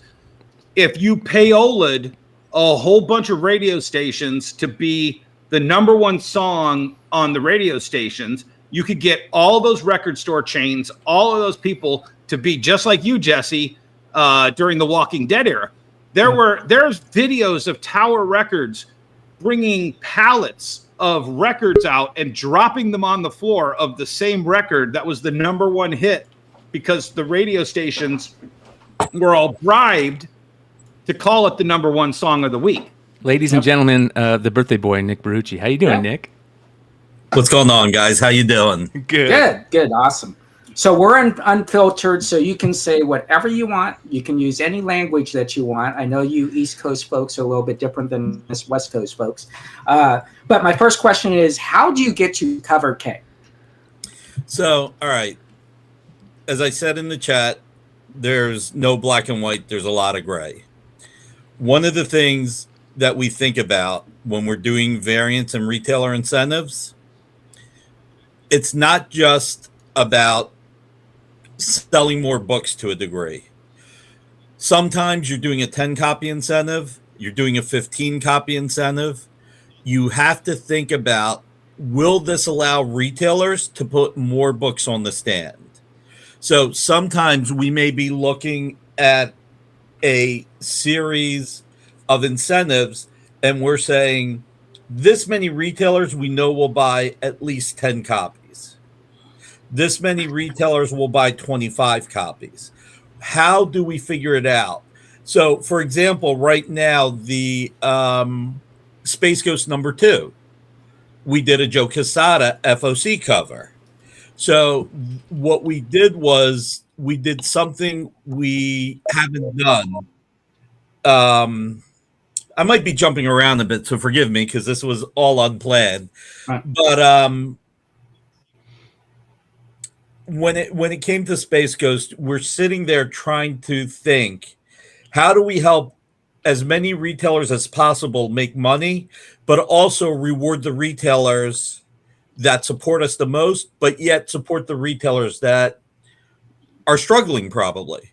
So when we did the Joe Quesada cover, we had gotten from retailers, they liked what years ago, they told us they liked what Todd McFarlane did when he did the black and white cover as open order cover. When you see the Joe Quesada cover, you'll see how great it looks in black and white when you get to the black and white version. So we decided, let's make it an open order cover. So the question we asked ourselves, is this more beneficial to retailers and to fans as an open order cover, or do we make it an affordable incentive, like a 7 copy incentive? And you know, on this one, the decision was to make it an open order cover. So I'm going to read this. I'm surprised. Oh, okay. Yeah. There we go. I love that. The double covers and the Mark Jewelers back in. There's a throwback. Yeah. So let me ask you this. When we're doing the incentive and you see a K, it's because we're looking at it like, how do we get more books on the stands? All the incentives are all about getting more books on the stands. Is it it's an incentive. It is an incentive. I mean, there's no other way to say it. It's a way to minimize a retailer's risk. So if a retailer was ordering 12, creating one more incentive to get them to 15 gets 3 more books on the rack. But you can also get burned. You can also get burned. As a publisher, we've been burned. When we did the Gargoyles 1 in 1,000 retailer incentive, and this is the worst burn, we had one retailer who ordered 1,000 copies and returned 993 copies. Oh, sure. Wow. Which is what happened with Boom on the Berserker as well. Yeah. So he got every incentive all the way up to 1,000. So we talked to, and we're always talking to retailers. So John at Graham Crackers, who's one of the smarter, more level-headed retailers, there's a guy who could really take advantage of 1 in 1,000s. And I think part of it or somebody like Phil Boyle, who has 10 stores or 12 stores, he can spread 1,000 copies around 12 stores and it doesn't blink an eye. And so, but John said, look, you're getting burned by some retailers. Like, you know, retailers talk. And he said, you're getting burned from some retailers. From now on, if you do big incentives, make it only 50% returnable. Yeah. because you don't want these guys that are ordering 1,000 to sell 200 or 100. Well, and it goes back, Nikki. You know, it's you don't have to answer this, but I'm sure you can nod your head. It's not a retailer you've ever heard of that fucks a publisher like that. It's one of these new jack flippers who has a diamond account, has his little club store, and he is flipping these things on eBay, who buys 1,000 and returns 998. Yeah, it's possible. Let me ask you this. So to piggyback off this. So when you say you have A through K, are you being more responsible to the retailer, or are you being more responsible to your brand to have more issues sold? It's alleviating risk to the retailer by giving them an incentive that they can sell for more money so that they'll put more copies on the stand. And it's a program that sometimes works, and it's a program that sometimes can blow up in your face. So with Gargoyles, the 1 in 1,000 was really good for a lot of retailers, but that one retailer totally blew up in our face, as did a few others. This was the most extreme. I mean, I couldn't believe getting 991 copies back. I mean, for me, that was like dizzying. Like, who that, you know, because you start to think in your mind, who would tie up $2,000? And then you're like, oh, wait a minute. No, first of all, he spent $3,000. Look at how many 10 copy and 15 copy and 20 copy and 25 copy, etc. incentives that he got. This guy made a killing and we lost money. It happens. Right. But sometimes with the incentives and just going beyond the whole, because I've had this discussion with Brian Hibbs, and, you know, Brian, who notoriously hates variants. And by the way, variants. That's who Gary, that we just saw on screen, sold his comic book shop to. And that is who he is talking about in that clip. And I'll actually tell you one more funny story. So if you are a comic retailer out there, you'll know who I'm talking about. Dave Hawksworth, one of the hardest working men to ever work for Diamond Comics. He was the outside sales rep. He would visit all the comic book shops in his zone. I was once talking about, well, Brian Hibbs numbers and blah, blah, blah. He goes, Dennis, you're not going to believe this, but you do 5 times the business that Brian Hibbs does out of 4 times the store. And I'm like, get the fuck out of here, Dave. And rest in peace. We lost Dave years ago. But Hibbs does a totally different business. That's why he has the soapbox to shit on variants. The numbers that I was selling because of the variants was putting my numbers way past his. And if he had embraced variants or understood the concept, he probably would be doing much higher numbers, but he didn't want to. Yeah, but that goes back into the responsibility issue that he chose only to buy covers A's. That's well to say, but it also goes to what you were saying earlier, Jesse, which is he chose to save his money from the variant game and put it into Dogman and Captain Underpants. Sure. So Nick, it's crazy because Brent and real quick, also his graphic novel club. Remember, he has a graphic novel club where they pick one graphic novel, they sell 300 of, let's say, and if there's a $10 margin on that graphic novel, that's $3,000 with, and Brian is smart enough where he knows that look, I love Diamond. We're still exclusive with Diamond. We love Diamond. We want to support Diamond. Without Diamond, I think that the industry would fall apart. I know that there are people that like to crap on Diamond, but if Diamond went away today, tomorrow, you would never have the next Bone. You would never have the next Strangers in Paradise. PRH is too big to carry smaller people. Well, and this is Brian, is this a good time to bring up the topic that I shared with us earlier? Well, and just one more thing I'll say, but Lunar, who has the industry at heart, they're too small to take over everything from Diamond. So the one thing, we always got to look at the big picture on everything. And one more thing on the incentives real quick. Now that holofoils have become big, we started doing the holofoils as 50 copy incentives, 100 copy incentives. And what happened was we started to realize that we weren't helping the little retailers as much. So you'll see most of our holofoils now are 10, 15, and 20 copy incentives. Right. Because we want the smaller retailers to be able to profit just like the bigger retailers. Look, it's a really, really fine line. Publishing is the hardest job on a lot of levels in this industry. And right now you're talking to the only publisher in the history of comics that never wanted to be a publisher.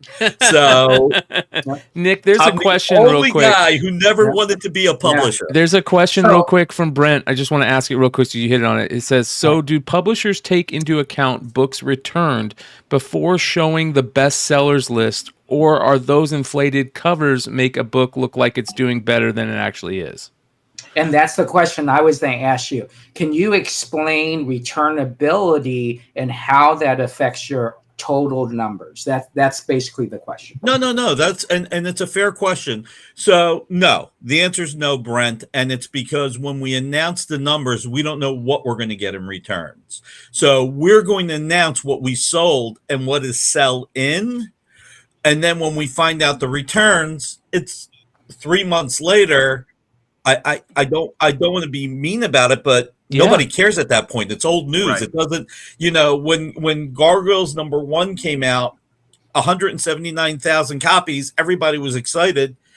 Who cares that 9,000 were returned of 179,000 4 months later? Yeah. And I'll give you guys and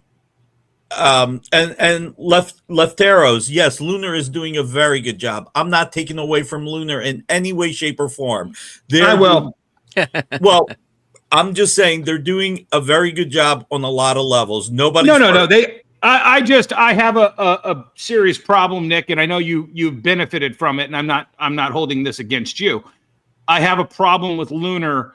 Every dollar fed into Lunar by retailers is $1 that Lunar is 50 cents that Lunar is going to use at Discount Comic Book Service to offer way below SRP to our customers online. That's my biggest no-go with Lunar. Yeah, I mean, look, at the end of the day, it's the paradigm we're in. DC, you can see that this is not taken away from anybody, but you can see that DC decided we want to create a fully new distribution model. And that's where their focus was. Well, Image said, we're not happy with Diamond, but we're not going to fully walk away from Diamond. If you look at what Image did with Diamond and Lunar, Image gives a better discount to retailers through Diamond than Diamond's able to give through PRH. PRH is corporate, rigid. Everything is what it is. Image said, you know what? We're moving to Lunar because we have faith here, but we need to keep Diamond around too. And look, it's also in Image's best interest. Let's go back to what I said before. Without Diamond, there would be no Strangers in Paradise. There would be no more Bone. There would be no more She. You wouldn't have any of these creator-owned books that move the needle and these guys that can then be picked up by other publishers. And I would say Image probably would benefit the most by being able to pick up creator-owned properties that they can then bring into Image. Well, so, Nikki, I got a question for you though. Yeah, go. And you and I have hobnobbed. We've stood next to Bob Wayne and David Gabriel when they hobnob. But is it fair to say that Marvel and DC were both looking to deal with less one-on-one retailer interaction, and we're looking for a more, consolidated model than having to deal with 1,200, 1,300 retailers? But somebody like yourself, you know me and Jesse personally. You know Jamie Graham personally. You know Buddy Saunders personally. You know, you have no problem dealing with 1,200 retailers directly, or, you know, however many. Whereas they were wanting to move to a business model where David only has to talk to Penguin Random House. Whoever the Bob Wayne is now, I don't even know who works at DC anymore. Everybody's gone. But whoever that is now only wants to talk to Discount Comic Book Service and Lunar. I don't know that that's true or 100% accurate. I'm sure on many levels, anybody in life would like to make their life a little easier by not having to have too many discussions. But, you know, one of the things about detaching yourself from talking to multiple people is you're getting everything funneled through one source. So you're getting it secondhand. So that's, and they're only going to tell you the angle that supports their idea. Exactly. Or what they feel out of out of everything they heard, what they think is best.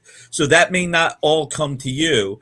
I think, listen, David Gabriel cares about the industry. David Gabriel, I think David Gabriel has less patience for is retailers who are half full of shit. You know, I probably have to, and when I say retailers that are half full of shit, I'll use, for example, the retailer that returned 991 gargoyles.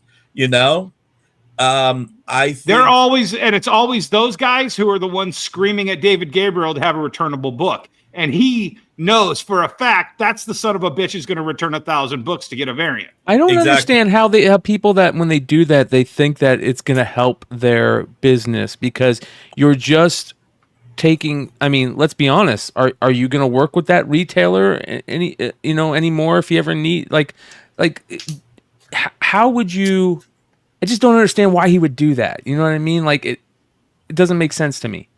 It's for a quick buck. I mean, that's all it is. It's for a quick buck. They can make a quick buck, and that's what they're going to do. But do they lose their relationship with you when that happens? It does. It ruins the relationship with us. It also hurts the relationship with other people. The good thing is now we know who that retailer, those retailers that played the game too much, we know who they are. Fool me once, shame on you. And that's why also on Thundercats, we went a different route, and the highest incentive we went was 200 copies. We just decided, you know what, on this one, I think the Midtowns of the world will order 2,000 copies regardless. I could have 1,000 copy incentive, or I can have a 500 copy incentive. They'll order whatever they need to sell, you know. Mail order companies, you know, whether it's DCBS or Midtown or anybody else, they'll order only what they need. That's it. They're not going to, you know, Midtown's not going to go for the 1 in 1,000. Matter of fact, Midtown actually has a rule. They don't pre-sell the incentives until the incentives are live, because they need to make sure they get them all in good condition. They're not shorted, right? And that they can sell them.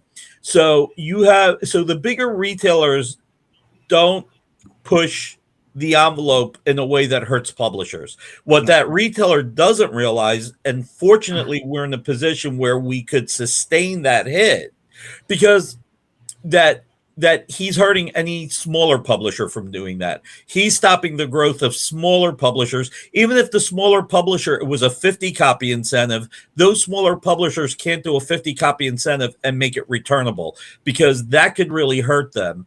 And, you know, like I said, we're fortunate that we can sustain that hit, but we just looked at Thundercats and said, this is a great book. We're going to do this. We had less than 10% returns, which is great.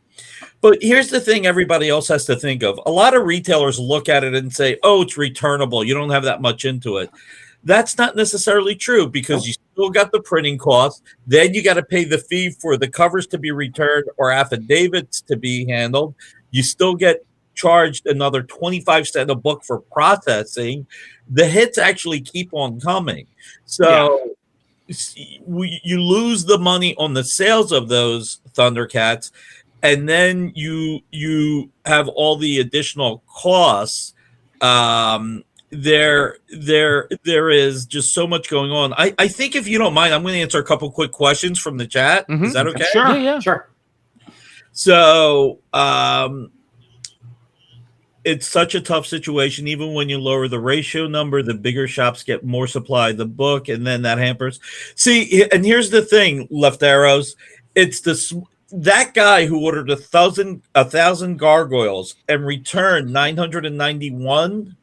He hurt the ratio market more than Midtown, because Midtown or Jesse or Dennis, when they order the books and they're ordering to try and sell through because they run a business that's long term, they're not going to undercut those ratio incentives. And I'll tell you another story, Nikki. Yeah.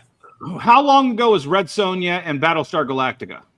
Oh God, man! Red Sonja was 18 years ago, and Battlestar Galactica probably 17. 16. Yeah, 16 or 17. I still have 25-cent copies of Battlestar Galactica and Red Sonja that I give away on Free Comic Book Day, because I bought 1,000 plus of each of those to get the incentives. I didn't care. That was an investment in the future. I'm always going to have an extra free comic book to hand out because of that.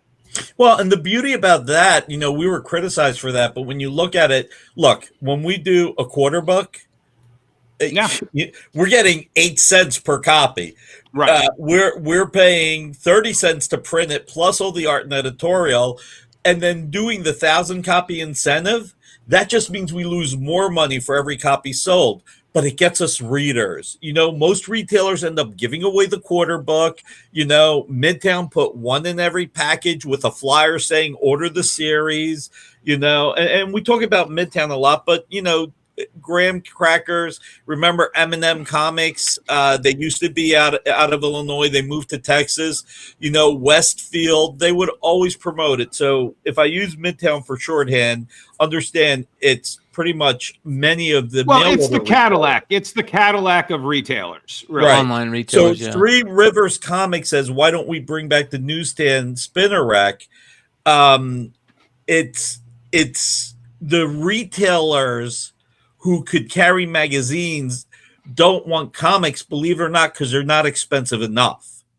A $4.99 comic is not enough sales per square foot for Target or candy store or anybody to carry. They want $9.99 magazines that are more mass market.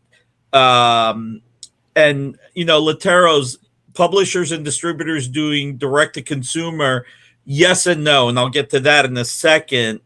John Horn, look, Bone is still coming out. Scholastic put out Bone as collections, and they've sold millions of copies, millions upon millions. The one thing about Bone is that Jeff told his story. It's like, it would be like criticizing Watchmen.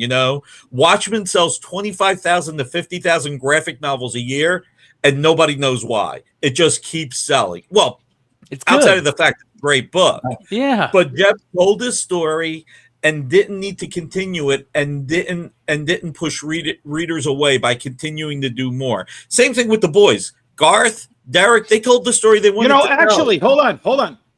We got to tell you, this is one of the stories that I never hear you talk about enough, Nick, and it's the smartest fucking move I've ever seen. Let me just finish with one thing. With Brent Smith. And so, because I wanted to get to this, Brent, the $3.99 and $4.99 price point, that's where I'm going to circle back to. The retailers don't want it. They don't want $3.99, $4.99 books. They don't want $1.99 books. They want $9.99 or higher. That's why when you walk out of Target, you've got a magazine rack, and half the magazines is either pop culture or sports. How many Taylor Swift magazines are there when you walk out of Target? A half a dozen, and every month there's new ones. So Well, it's not about the price point for the consumer; it's the price point for the retailer. Dennis, I apologize. Keep going. No. So this is, since we have you, and this goes back to what Jesse and I were talking about before you came on. You know, there was a comic book released by DC Comics that was so controversial for them. They told the creator, "I'm sorry, this is so over the top. We can't have this in our imprint." And there was one publisher who was smart enough to see it. Can you tell us how that went down? Because The Boys comes out for DC, issue number 1. You know, at what point is The Boys being shopped around to continue this? What point did DC pull the plug? What part did Nick play Sir Mix-a-Lot and roll up to retrieve it? You know? All right. So this is an interesting one. This was a gut reaction on my part. I love The Boys. The funny thing is, I remember being at a Wizard World Philly and Derek talking to Charles Brownstein of the Comic Book Legal Defense Fund. That's a name we haven't heard in a while. And I remember him being at the bar, and I saw Derek's face, and he was like, "Oh my God, I'm doing this book with Garth Ennis, and man, my juices are flowing. I'm seeing Simon Pegg. I'm seeing this person in this role. You know, what was the British show that Simon Pegg was on? Red Star? I don't remember. Spaced Out. I remember Spaced Out back in the day. The Spaced Out. Yeah. So he's like, that's who Huey is. So when The Boys #1 came out, I'm like, oh, this is a book Derek was talking about. It has to be, because it's Garth Ennis and Derek Robertson. So I'm reading it. I'm like, oh, this book is great. This book is fantastic. Holy shit. So like every issue, like it's one of the first books I read when I go to my comic store and I go home that Wednesday. You know, it's The Flash, it's Daredevil, whatever my favorite.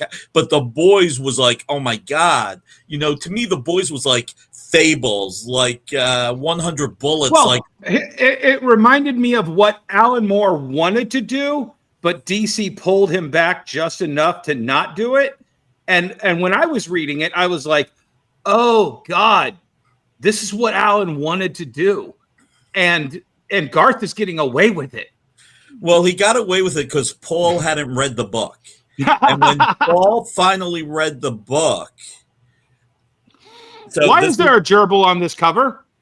I think it was more what is she doing to 3 of the soups? Wait, what's her initiation? So Derek got really emotional and he was really upset that DC pulled the plug. So he went out there in social media, Heidi McDonald covered it right away. I saw the article. I went and talked to Joe and Juan, and I said, guys, DC is stopping this book. I want to get this book. Like, I just want it. I was like, my emotions are outweigh. I was like, this is the problem with me not wanting to be a comic publisher. My emotions outweigh my business right now.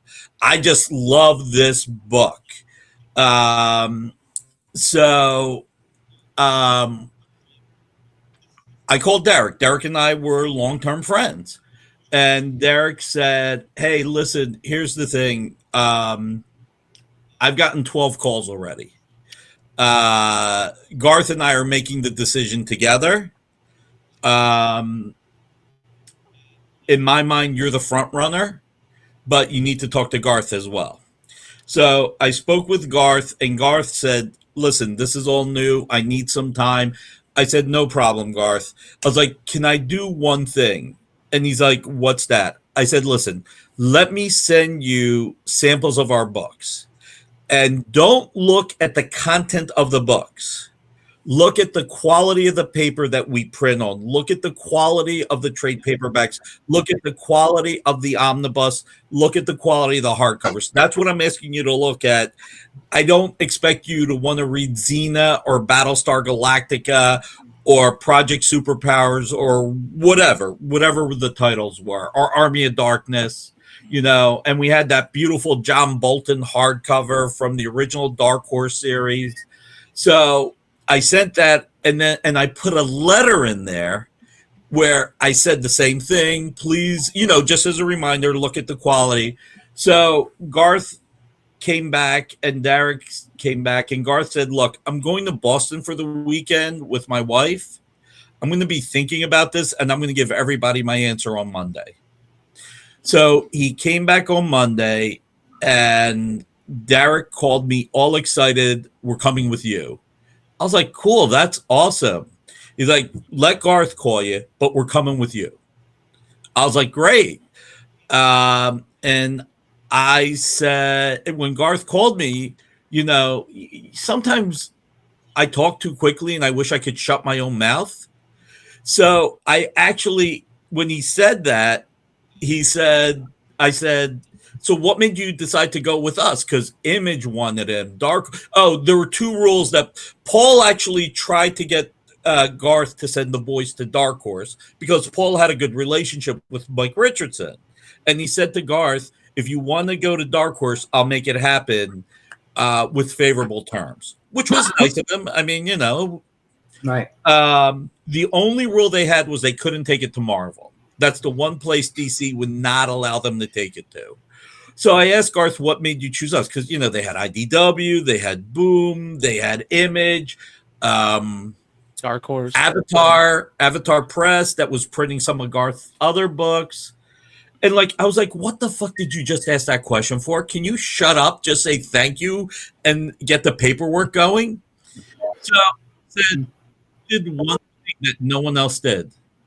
You were professional and sent me samples of your books, not assuming I knew what you put out, because I don't know what Image or Boom or IDW put out. I don't read G.I. Joe. I don't read Transformers. I don't read these books. So I don't read any of your books either. But you sent me samples of your books and told me what you planned on doing, not here's the best deal in town. Because look, realistically, Image was the best deal in town. But I think that, that was something that Garth and Derek didn't want to have to take care of the production of their book, soup to nuts, and didn't want to have to worry about marketing. I mean, Eric Stevenson's one of the smartest people in our industry. He has fully turned Image around. That guy, I will tell you, he did the simplest, most brilliant thing. He actually talked to Robert Kirkman and said, all this money we're making with Walking Dead, let me go to the highest profile writers at Marvel and DC, tell them they can take their creator-owned books to us, and they have no risk, and they will get at least their page rate and own the characters 100%. Let us float that money. That is the smartest thing anybody could have done. A lot of people would have sat on their laurels saying, hey, we got Walking Dead. Why don't you come here? Eric flew to Planet Comic-Con to sit down with Jason Aaron. He just was unbelievable. He was taking that success and taking it to the next level. But this is why you see Jonathan Hickman having. Well, he took Brian K. Vaughan from DC. Well, and that was DC's mistake. Yeah. Brian asked for a few more points and a little bit more control on the media. DC said no because their business was changing, and he took it to Image. I mean, and Brian is such a fantastic writer. And the interesting thing about Brian, many creators in the market today, they are more successful with creator-owned books when they're writing high-profile Marvel and DC books. Brian is more successful just focusing on creator-owned books. His books just sell, and he's very, very fortunate, but he works hard to get there. So anyway, so yeah, sorry. Don't say sorry. That was great. That was great info. No, I've always wanted to find out how that went down, because I knew everybody was after it, and it was just like, okay, issue 6 is our last issue. Oh, by the way, it's going over to Dynamite for issue 7, and I was just like, oh my God, this is brilliant. Right. Can I ask you a State of Dynamite question? Go for it. So, at one point, you're working with Diamond. You've got whatever, 6,000 stores, 8,000 stores. You're in the top 10, right? Now you're working with about 1,300 stores, 13 to 1,500 stores. You're in the top 3. What is the difference there? What is better? Bluntly, I think a lot of publishers didn't take into account some of the things that Diamond does. I think a lot of publishers didn't take into account how important Previews magazine is, how important it is to have your own magazine. While many people would like to think that all you got to do is get the word out digitally, there's a reason why DC went back to print publication to create their own catalog, and it's the reason why Marvel never stopped doing a catalog. I also think right now, and I should probably keep my mouth shut because, as the old saying goes, Macy's never told Gimbals. But and for all the new people, that would mean, I was going to say, we have to explain that to the kids. Amazon never told Borders any of their secrets. So there you go.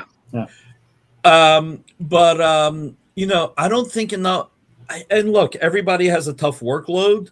But now that you're with PRH, you're with Lunar, the lead time may be longer with them in some ways, but shorter in different ways. I mean, if you open up the catalog, and look, all kidding aside about Amazon never told Borders, the reality is I want all my competitors to do well, because the better they do, I'd rather be number 5 and doing 40% better business than number 3 doing 20% less business.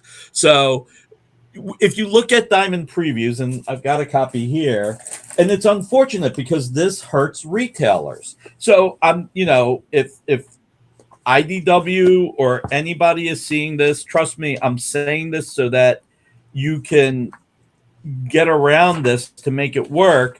But when you look at the catalog pages, there are so many items that, like here, Dark Horse, you got Avatar, Frontier, and Kanto, No Place Like Home. Don't know how clear you can see that. Look at that. Cover to be revealed right there. I mean, I would love for Dark Horse, and they've gotten better. I will say they've gotten better, but a couple of half a year ago, I mean, you were doing like Jesse said, cover K, and all 8 of those covers would be on your Diamond Preview page. Right. But the main thing to throw out there, because I think this is important, they're not showing the covers A, B, or C. They're not showing the initial open order covers. So that's where it becomes a problem. And, and IDW has gotten better, which is great. This is the newer one. You only see a couple here on these pages. So everybody's gotten better. And I think that's something that they had to learn. The problem is from when they broke away to as they got back in step, they lost sales, which hurt them, hurt the retailers, and hurt the consumers. So they lost some readers. But, look, IDW is doing a great job with a lot of their titles. I mean, their Star Trek line has been friggin' incredible, and they are getting a lot of critical acclaim. I want them to sell more, because the stronger retailers are, the more they're going to take risk. The sad part about a down comic book economy is that retailers can't take risk. And that's where the incentives and everything else does end up helping a little bit, you know? So yeah. I think that's a big deal, to be honest, with online retailers, right? A lot of these guys that are new in the industry since COVID, that, you know, maybe weren't the biggest of comic book people, but they saw how much, you know, here's a perfect example. I loved Anthony at Bird City Comics, Anthony and Laura. Their story is pretty simple. Their son was having problems reading. They said, how can we help him? Let's get him into comics. Dad and son go to the comic store. They start having fun going to the comic store. Dad starts getting a little bit involved and seeing that these comics are selling for money. Dad says, you know what? I'm going to do this side hustle. It turns into a retailer. He's an online retailer, right? And that's a lot of people's stories out here. Well, those people, they're playing this game because they don't have what LCS owners have, which is that inventory, right? That that important I letter, inventory. What they're doing is they're doing the retailer exclusives. They're getting however many you need to do to get that retailer exclusive. They're selling those retailer exclusive variants, and they're getting those ratio variants. And those ratio variants are helping them, you know, because they're worth a little bit more on the secondary market, they're able to put those up. And that's how they're staying afloat. Whereas, you know, if they didn't have that to do, they wouldn't be able to do it because they don't have the inventory. They have to rely on those ratio variants in order to make a little extra money to come out on top. So yeah, I mean, look, there's advantages and disadvantages to everything, you know. And what we do, look, you know, there was, you know, I've had this conversation a million times. I was on a live stream. It's amazing how much rhetoric that can be out there when it comes to comics. I was on the live stream like 6 weeks ago where they were talking about the comic industry would grow if we would all move straight to graphic novels. And, you know, and I had to say, you know, I was like, what makes you think that? That's like my first question. What makes you think that? Well, because I only buy graphic novels, so then I could buy them and put them on my shelf. But yeah, that's you. I said, I said, look, what excites a fan more? Scott Snyder and Greg Capullo, a monthly Batman series, or Scott Snyder and Greg Capullo, 2 graphic novels of Batman a year? Mm-hmm. Where's the excitement? Mm-hmm. And how can a retailer take risk? You're telling me that retailers are going to want to take risk on the $19.99 to $24.99 OGN, or they're going to take risk on a $3.99 or $4.99 comic? Well, you're going to take a bigger risk on a periodical because if it doesn't work out, you won't get burned as much, but you have a better gauge. Brian Azzarello's Joker is the perfect example. It was the original graphic novel. I think it was $19.99 cover price. I don't know too many retailers that ordered more than 20 or 30 of those to keep in stock, and that forced DC to keep it in perpetual print run. Which book? Which book? Remember Joker. Brian Azzarello did that Joker book right when Dark Knight came out? The one you roasted me on online and called me names. No, that's Batman Damned. Oh, I thought that is what you were talking about. I did roast you on that because you canceled my freaking orders, but yeah. And by the way, remember I said there's no black and white? There's actually a gray answer to that one day we could talk about. One day over drinks, you can tell me. But see, this is what's good about our industry. Dennis, for a half hour, reamed me over that online, and I'm not mad at him about it because I understood where he was coming from, and I understood how that hurt his business. And we'll get into that one day. But what was the Brian Azzarello book? It was Joker, and it was had a cover by Lee Bermejo. Was it the one where Bermejo did the cover with the scars? It was the only thing DC had out to capitalize on Dark Knight Returns, which was the biggest movie maybe the biggest comic book movie of all time. right? At that time, and they had nothing to capitalize on it except for this hardcover. But like you said, retailers are good. There it is, right there. Yeah. Retailers are going to buy less of a $10 hardcover, even if it's an original graphic novel, than they will if Brian Azzarello and Lee Bergeo did, like Batman Damned, where they did a $4.99 flop. Was it? No, it was $9.99. It was $9.99. And that's the one thing. And Nick, I just want to say this real fast. The one thing that retailers rely on is anticipation. Yes. So if we have a 1 through 6 and that person is anticipating every month for that book to come out, that gives us 6 opportunities to sell them more books. Yes. That's the difference between perfect example is Mark Millar's Nemesis. Oh my God, I couldn't put that fucking book down, and I was waiting for the next issue, and all my customers were waiting for the next issue. And then in classic Mark Millar style, he had something else to do before issue 4, 5, and 6 came out. A perfect example of what the graphic novel and the trade problem does is this. I want to show you guys something that I love. His Instagram account. This is Steve Says Boom from Torpedo. He has these great little videos that he posts, and this is what old school comic, and I have to say old school because of the graphic novel thing, and there's a difference between quote unquote floppies, as people call them, and graphic novels. Here's what you don't get with the graphic novels. Listen to this guy talk about this book. Neil Gaiman's Sandman. Love in superhero comics, and I still love the same things today.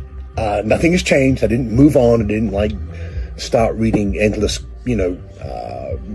reams of Neil Gaiman's Sandman. No, I only require certain things of my superheroes. What am I talking about? Look how excited Defenders he is. 19, okay. January 1975. Let's take a look at this issue. So, as you can see on that cover, look at that. That is indeed the Wrecking Crew. And of course, the Defenders at this time have a guest appearance. Luke Cage, Powerman. Now, first things first, take a look. Chris Claremont's doing the script. Len Wein is doing the plot. Len, when it comes to anything to do with the Hulk, Len is probably one of the best writers that there ever was, okay? When it comes to the art, Sal Buscema, Klaus Janson. I really love Klaus Janson's inking on Sal because it gives it more depth and a certain amount of darkness. Other inkers like Mike Esposito made his inking was too weak. Tom Palmer was great. But yes, Klaus Janson has a special place in my heart for his little era of Defenders here. Now, just in case you're wondering what's going on here. They're in the search for a miniaturized gamma bomb. The Wrecking Crew, of course, want to get it, and the Defenders are there to try and stop them. We have a little origin sequence here, which is the origin of, the gamma bomb. Now, what you're going to see here is, this is very rare. This, I think, as far as I know, the only occasion when the Defenders are actually completely and utterly defeated and just left unconscious and beaten. Even Doctor Strange, look at that. Completely beaten. Now, really, realistically speaking, they shouldn't have just walked away. They should have just carried on pounding until they were dead. But this is superhero comics, and I guess you can't do that. Well, when the Hulk when they revive, and by the way, look at the shading here. Look at the work. Hulk's like, "Oh, you're right, magician," and then these police come along. They're like, "Well, and he's like, the Hulk is not in the mood right now, but neither is Doctor Strange. Look at this. In the name of the omnipotent Oster, I say you hold. You're not going to be doing anything today." So they're going to have to find the Wrecking Crew and get a hold of this gamma bomb. And take a look. Sal Buscema is on fire in this issue.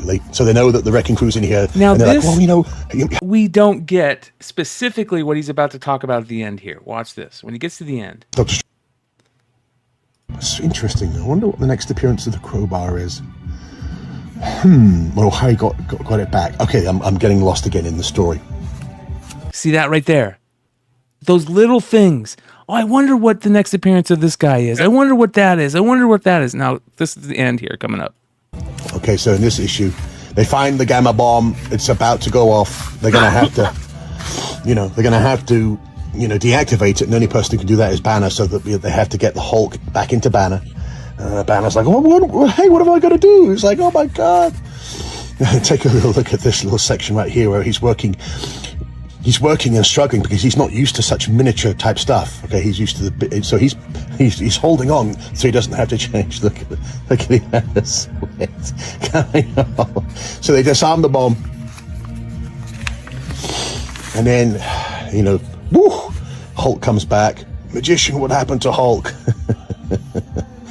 It's okay. You say, okay, Hulk, you just saved New York, and Luke Cage is like, okay, guys, I'm going to leave right now because he's not a former member of the Defenders. But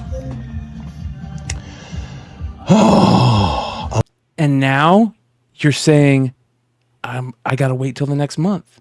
I got to wait till the next month. But here's something that comics don't do anymore either, though. Look at the bottom of that scroll there. Exactly. If you want to see where Luke Cage went, go pick up Marvel 2-1-7. Defenders 20 will be back next month with this story. And that's what I'm getting at. This doesn't happen. This is why these periodicals, the floppies, these issues are so important. These storylines are broken up because it gives people a reason to go back into that store and look for those issues. Or like he said, I wonder what the next Crowbar appearance is. Go into the store, look for and I'll tell the chat, the audience here. I was so mesmerized by those little cues. I actually had a yellow legal notepad where I wrote down everything that ever got sub-referenced for Secret Wars. I had Fantastic Four 19, first appearance of the Molecule Man, because in issue 8 or 7, Molecule Man gets a little editor's note, see issue 19 of Fantastic Four. Blah, blah, blah, blah, blah. I read every one of I went out and found every one of the issues that preceded the first issue back for every one of the heroes. I didn't read any of those stories. For the most part, it was, oh, hey, this big portal just opened up in Central Park. Spider-Man's going to swing into this one. Poof. If you want to see what happened to Spider-Man, read Secret Wars 1-12. And then the next issue, poof. So, Nick, is reference points very important for you as far as your books going forward? I'm going to give a slightly different answer first, going back to that Defenders example. So, some people in the audience who are way younger than us, I don't know how old you are, Brian, but I'm 43. All right, see, I'm way older.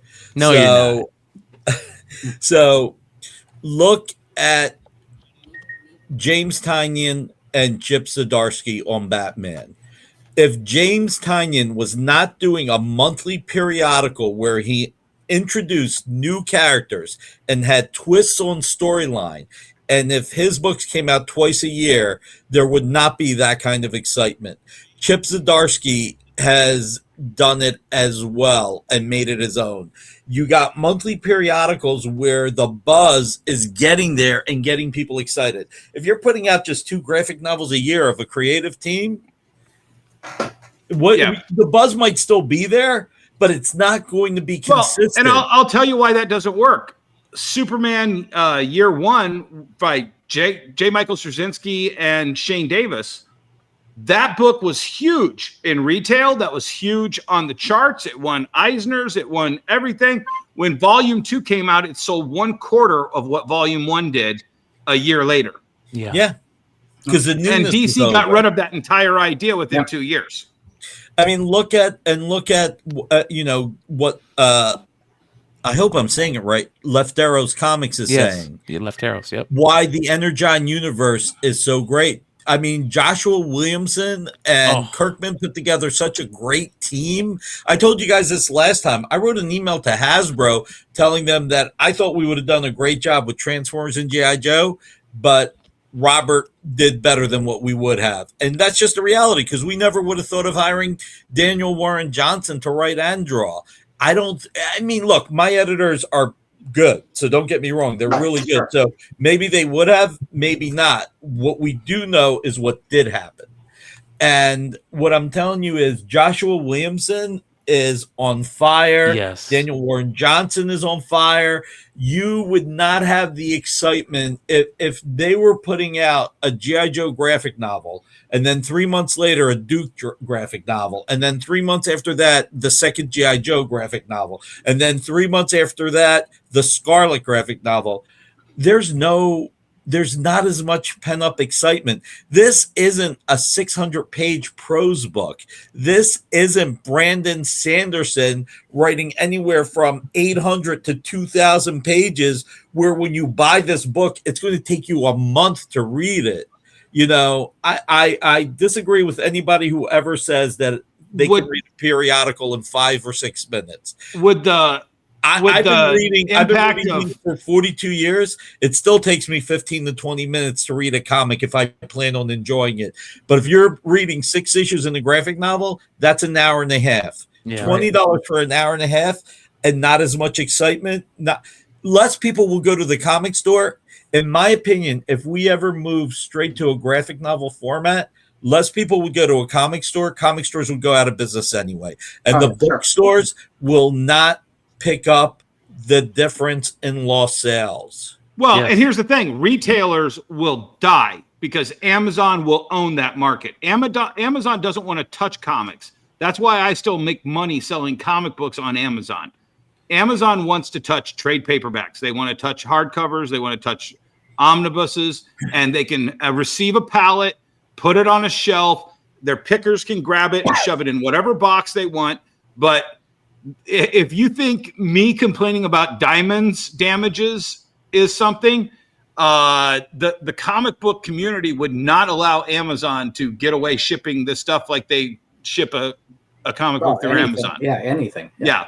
So, we would lose that market immediately because Amazon would make exclusive deals with Marvel and DC to sell only their comic books, and we would just be stapling $20 bills to the wall trying to see which would accrue first.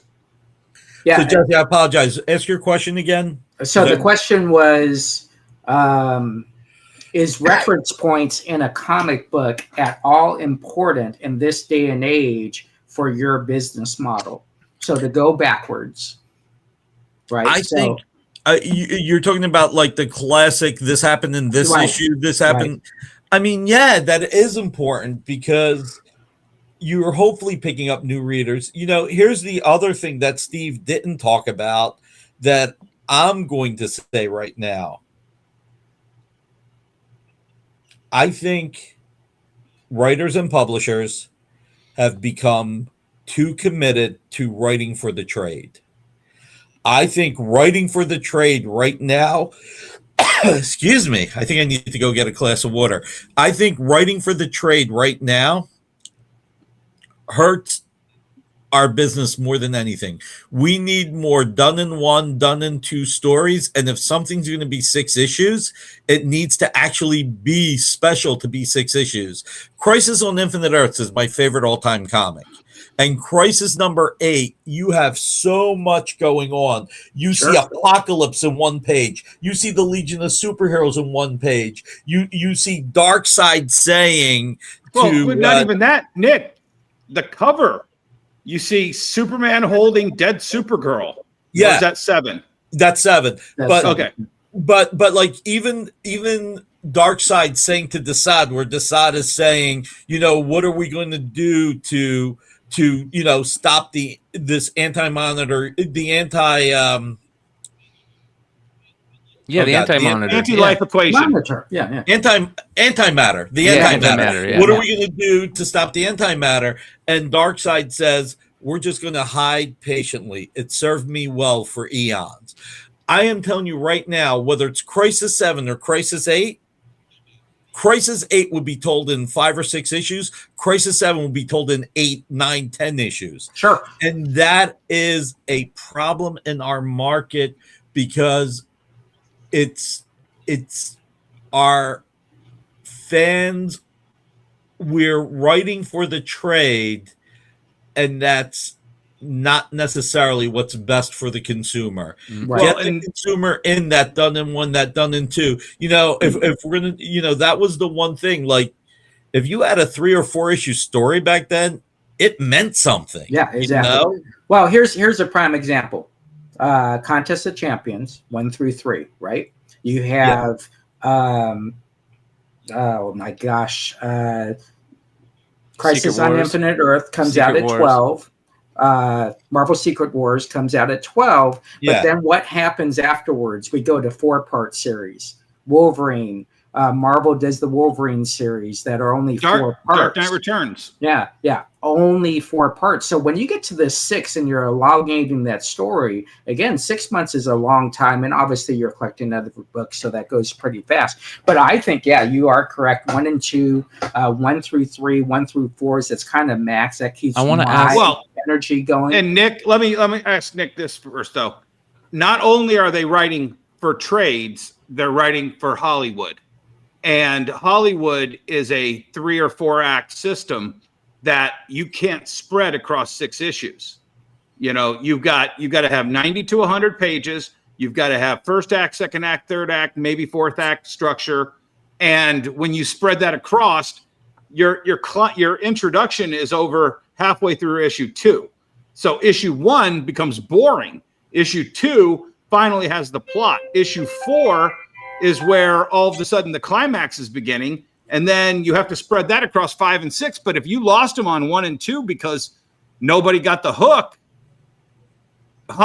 writing for Hollywood just killed your book. Well, look, on Thundercats, we came up with a system. The system, and Declan is a brilliant writer, and we're very fortunate to have him. The system is this: Declan and Drew will work on issues 1 through 4. That'll be a chapter. Issue 5 will then be a special guest artist. Then issue 6 through 9 will be Declan and Drew. Issue 10 will be a special guest artist. And issue 5, issue 10, issue 15 are all single story issues. Smart. That's the old way. That's the old way of doing it, and that worked. And the reason why we're doing it this way is because we want Drew to be on time without rushing. And if we're going to have a special issue, get somebody special to draw it. And, and this is also, see, here's the thing. People look at it like, publishers are just making money hand over fist or whatever. We did well with Thundercats. So what's the first thing we did? The first Thundercats collection will come out with issue 6, the next story arc, exclusive to comic retailers. Wow. So there will be a cover. That graphic novel will come out in July with issue 6, exclusive to comic retailers. Then the book market edition that'll be in the book market and comic stores will be in October. So we wanted to do that. And it's funny. Look, this is where there's no black and white answer to anything. We talked to a bunch of retailers. Do you want us to do a $10 graphic novel of the first 5 issues, or even strip it down to the first 4 issues for $10 to do what Image has done historically, which works great for them? Or do you want us to be full price? And 85%, not all, 85% though, said, give it to us at full price and all 5 issues. If you're going to put it out the same day as number 6, full price, all five issues. This way it goes together. And you know what? 15% of the retailers we talk to are now going to be upset with us. They're going to say, why'd you ask us? Well, we asked a bunch of people. Here's the thing, though. Nikki, you've been doing this for a long time. 15% of retailers just don't get it normally for whatever you were going to do. Right. Yeah. I mean, look, the one thing is, and Leaf says he lives abroad, so they don't have periodicals like this. I mean, look, even in Italy, we do a lot of foreign sub-licensing where there are 2 or 3 issues per book, and Germany, and then in Spain. There's different business models that happen in different countries, and Europe did, while the UK quickly followed America when it came to the internet and everything else, the rest of Europe has always been much more slow to react, and they probably live better lives. France goes by the album system, where Yeah. it's, you know, the hardcover 2-issue model. And then DC even tried to do that with Dark Knight 3, and it failed miserably because they had to clearance all that shit because American retailers just didn't want it. There's just a lot of stuff that doesn't work throughout the world. Exactly. Comics is America. Floppy comic books is an American Periodical, yeah, storytelling, periodical. And one of the things that you were saying earlier, and also watching Torpedo talk about it, I remember those great cliffhangers in comic books, and we don't get that when the writer is writing for a trade. You know, every issue in Marvel back in the 70s was a cliffhanger that leads to this, or a conclusion where you have no idea, and maybe you would just see a dark figure off in the corner, and that was going to be the lead off for 2 issues from then. You know, we've lost that. Get to the end of the page, and we have a month to wait for that. Hopefully, a month. But isn't that a social? We're in a social time now where people know more about the book before it came out. Yes. Yeah, You it's know, weird. And I tell this. Yeah, and I tell this story all the time. In 1982, no one knew what was in that box until I opened it up and said, "Oh, here's Wolverine #1." Yeah. Yep. I want to ask this question, but we're getting close to the end of the show, but I want to ask this because this kind of, I want to ask Nick this also because this takes us a full circle. You know, we started off the show by asking, are comics still comic shop worthy? And what we mean by that is, do they deserve the amount of shelf space that they get for the sales that they have? And Lissandro asks, in your opinion, LCSs are living on comics or on manga and related products? Are floppies really in demand? So you're asking me this question? Yes. I want to break it down because you asked a few questions. Okay. So, first of all, periodicals still drive the industry. No ifs, ands, or buts about it. Comics comic shop worthy. They are what a comic shop is built on. Okay. Comic retailers should expand their product mix so that they don't lose that merchandising money to other retailers. The biggest mistake our industry ever made was not learning about manga. If Diamond and Dark Horse, who was a leader in manga at the time, because, you know, Dennis, you're about my age, right? 52. Okay, you're close. Yep. But I don't know if you remember when Eclipse Comics put out the Psychic Girl. Oh, yeah. I still sell those. Ranma, my Lone Wolf and Cub was, you know, a prestige format book. Yep. You know, First Comics with Lone Wolf and Cub. What people may not remember, when First Comics did Lone Wolf and Cub and it sold out, that was a time when something sold out and that was it. Done. The book becomes. They went into multiple printings with Lone Wolf and Cub. They were the first publisher to do that. The Psychic Girl, Area 88, although Eclipse did a better job. Area 88 is so good. Nikki, you're the first person to say Area 88, and I just priced a bunch of those to put them out because it's Robotech. It's yeah. Eclipse did a better job of releasing manga than anybody else once Eclipse went out of business. But they were locked into that form because 10,000 retailers had to have a comic book. Yeah. We could have pivoted then and had the exact same manga format become 40 years worth of manga inspired books. But go ahead, Nikki. Sorry. No. And they put those books out every other week. They gave it to you in an accelerated schedule. And they were on better paper and they were more expensive and people paid for it. The problem that we ran into was Dark Horse and Tokyo Pop. Oh, yeah, Tokyo Pop. They were making so much money with Borders and Barnes & Noble that They didn't care they weren't making money in the direct market. If someone would have been, and trust me, I wasn't smart enough to say this. So, I was doing signed books, so I wasn't focused on it. That's where we missed a generation. We missed a generation not selling manga. Two generations. 2 generations. So we missed a lot not selling manga. Manga is hot again. There's more manga in Diamond than there ever has been, but the retailers aren't trained enough. We need those manga publishers to make those manga graphic novels returnable in the comics market, just like they are in the book market. I remember, Nikki, if you remember this, 2008, Baltimore. Yeah, you were right next to Viz Media, and nobody would stop and talk to that table. Yeah. Are companies like Jaden and all those companies that did One Arm Swordsman and all that, is that how could you revive that, or is that not revivable?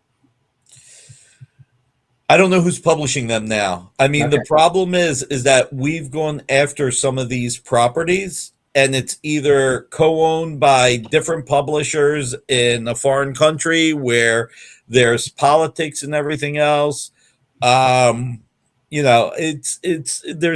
a lot of hoops, and I would love to be in that business. It's just figuring out how to do it. But I think right now the number one thing, I'll just circle back to, I hope one day that publishers allow Diamond comic retailers to buy graphic novels returnable. And right now I'm talking about manga, just like Barnes and Noble and Books A Million can return one-piece graphic novels if they order too many and they don't sell, comic retailers should be able to do the same thing. I mean, look, and this is something that Diamond does need to have the conversation, because you can order all those graphic novels from Random House and from Simon & Schuster returnable. So Diamond should be pushing for that, but they've got a lot on their plate too. Yeah. So it's very easy to be critical of somebody else. So Nick, I know it's your birthday and everything, so I want to get you out of here, but before we let you go, I want to ask one last thing. And you just got done doing the Terminator anniversary Kickstarter, which was awesome. And there's this thing going on with Kickstarter and Diamond, right? What are your thoughts on Kickstarter comic book distribution and that thing? And do you think that there's a place for Diamond to get involved in that?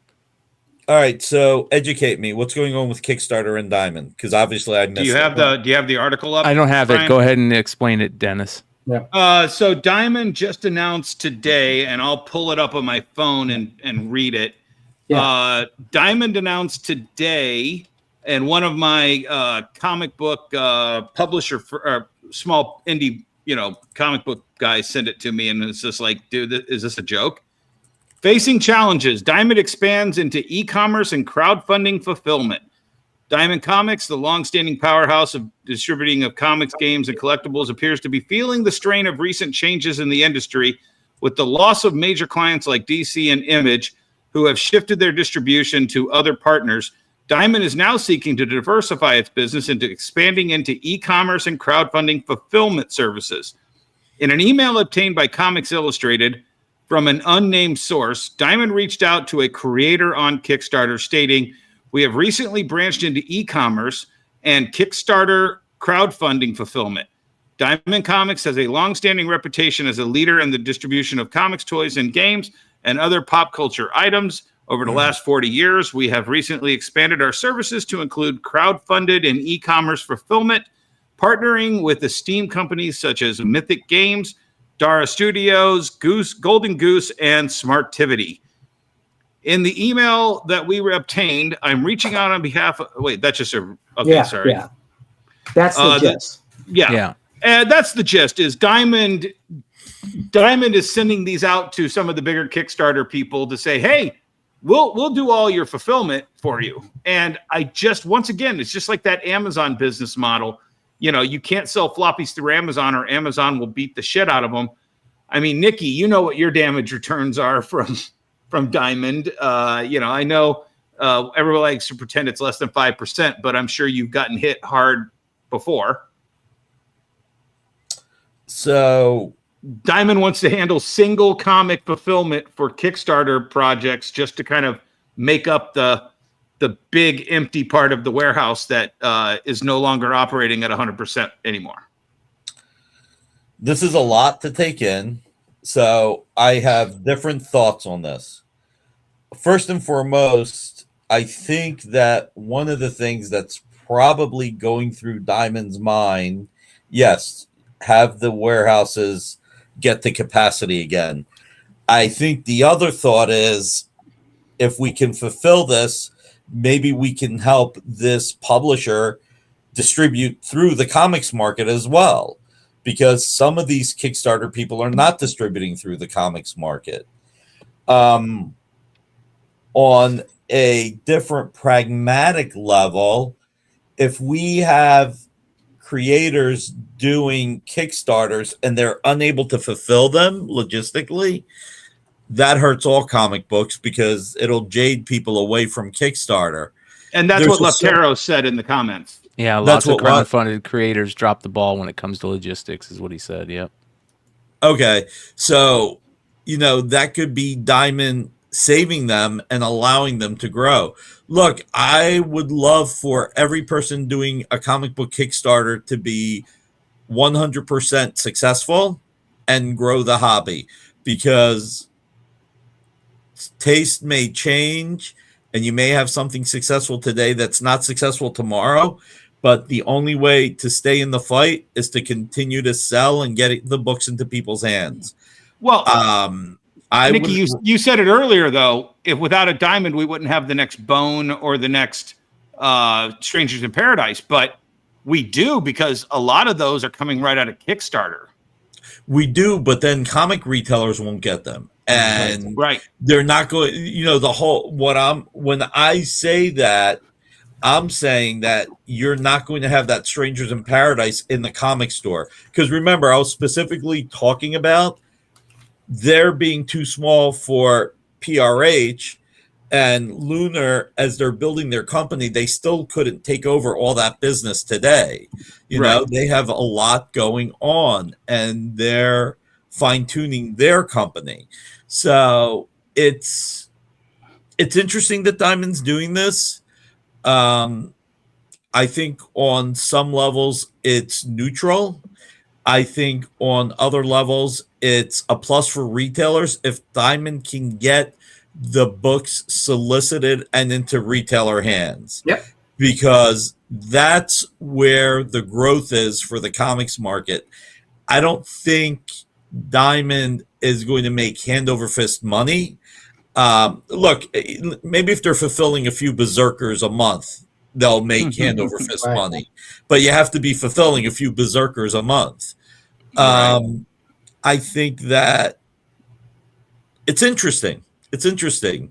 To be continued, that's for sure. Yeah, it's a nice little pivot. Just like a periodical, to be continued. Right. Yeah. And I just want to end on my part on this. I do the shipping for two major fulfillment centers for two major publishers, right, for all their Kickstarters. So when it's done correctly, we have very high standards. We're not going to send damaged books and all that. But when I look at my team who's shipping that project, when it ends and we get the product in and they're shipping everything out in 3 days, that's 3 days that publisher, that artist, that creator isn't worried about it, right? So you got to take that pressure off. There's a famous creator who did his very first Kickstarter, did $80,000. He shipped out his books, not in bag and boards, and just put them in envelopes, right? So most creators aren't experts in shipping or any logistics, right? And you take that away from them. So Diamond, QHT, whatever it is, I think there needs to be that source for it. But you're right. I think after you'll then be back in a couple weeks, right? Yeah, just real quick to left arrows. The thing that I'm saying, just to be clear, I'm saying that Diamond is doing it for backers, but hopefully they can then solicit it for retailers as well. So, like, let me talk about Gargoyles real quick. So we did the Gargoyles Kickstarter campaign, and we brought back into print the Marvel material and the slave labor graphics material. So we could have put those books out over a 3-year period because we had to digitize and rebuild the books because first of all, it didn't even matter if there's film anymore. Nobody converts film to digital anymore. So you got to get the books totally rescanned, digitized. It's a long process. We probably would have put out one a year if we did it that way. But because we did the Kickstarter, we're able to create the books, ship them to the consumers, and then we're going to be able to offer them through Diamond in November, December, and January.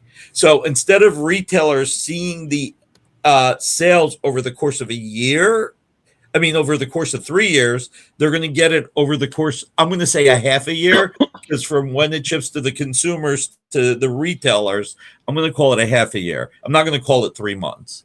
The other thing is, though, also, Kickstarter does not take away from comic retailers. And a perfect example of that is Berserker. If Boom would have done Berserker with Keanu Reeves without all the bells and whistles and fanfare of a successful Kickstarter, I think that book would have sold a respectable 60 to 80,000 copies. Jesse, Dennis, you guys got a feel for this. Am I being generous? Am I lowballing? Nick, another perfect example of that is J. Stevens Dwellings. J. Stevens Dwellings was a Kickstarter that he had done on his own through his own publishing arm, Black Eye. I think it's called Black Eye, and it was a huge Kickstarter thing. Next thing you know, just like you're saying, they realized how good it was. A publisher reaches out to him and says, "Hey, I want to put it out." Next thing you know, Oni Press is putting out second prints of Dwellings, and they're going in all comic book stores, and they're becoming a hit in these comic book stores. Right? This variant made this book go crazy. It got people to say, "Oh, what is this book? I see it," and it just became an even bigger hit. So more proof of that happening. Well, and I think I talked about it on a show a month or two ago. God Hates Astronauts. Is it Scott Brown? Is that who that is? I can't remember. I think you're right. Yeah. And Scott Brown or Ryan Brown? Ryan Brown. Yep. And he had that huge Kickstarter, and I brought him to Detroit Fan Fair, my convention in 2012 or 2010. I can't remember. And I was like, you know what? I don't understand this Kickstarter thing quite yet. It's kind of the beginnings of it. And I'm like, well, this kid made $100,000 selling his little comic book about God Hates Astronauts. And then I saw it pop up in the image. And I'm like, well, I know there's $100,000 worth of people out there that bought his Kickstarter. But, those were, a different, I think those were soft cover. Here's a hardcover from Image, or maybe it was the other way around. They got a hardcover, and now Image is selling a soft cover.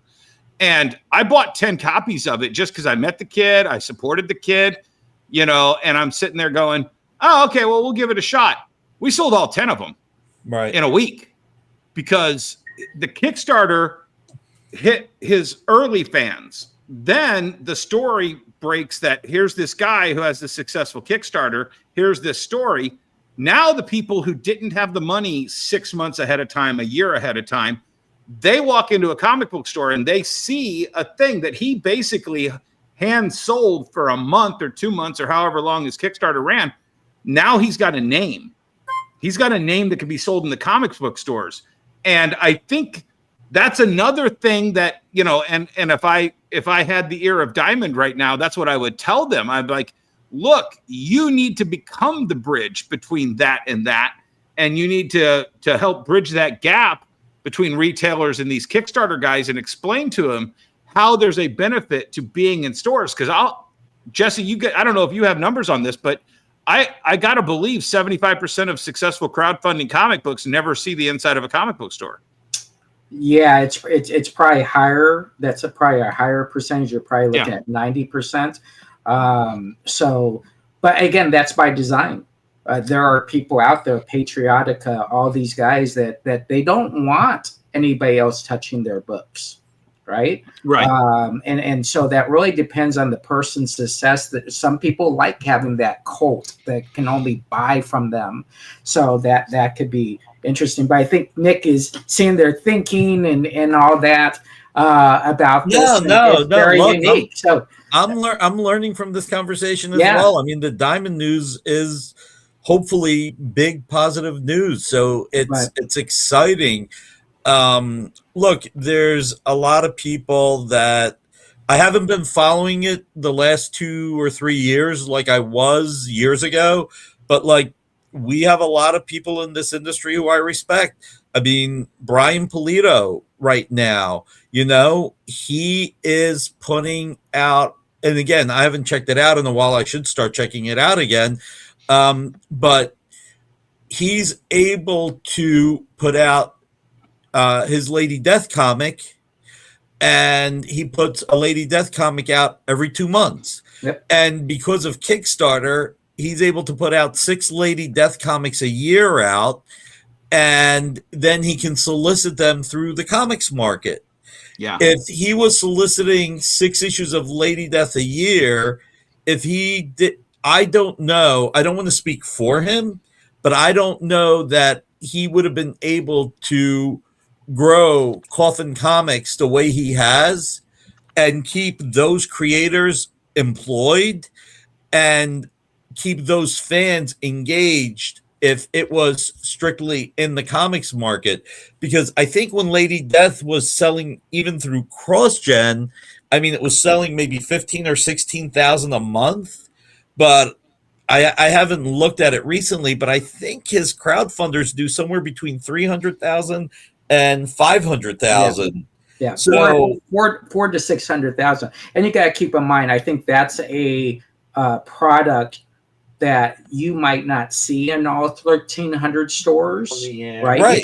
You could say Red Sonja is going to be in. Well, and just like we were talking earlier, though, Jesse, is some of those covers you can only sell on Kickstarter or on your webpage because 90% of retailers wouldn't rack a nude Lady Death variant.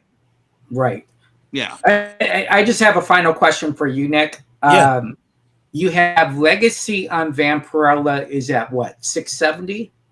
669 I think is coming out. 669. What is Legacy on Red Sonja? We haven't announced it yet because we haven't figured when to announce it, because there's a number that we could do, but there's a number that we should do. So okay. I think we're going to hold off for the number that we should do. And is the Legacy just Dynamite, or are you going all the way back Marvel Legacy? All the way back. All the way back. Everything. Wow. Oh, yeah. Right. Yeah. I have my last final question for you, Nikki. This is a big one.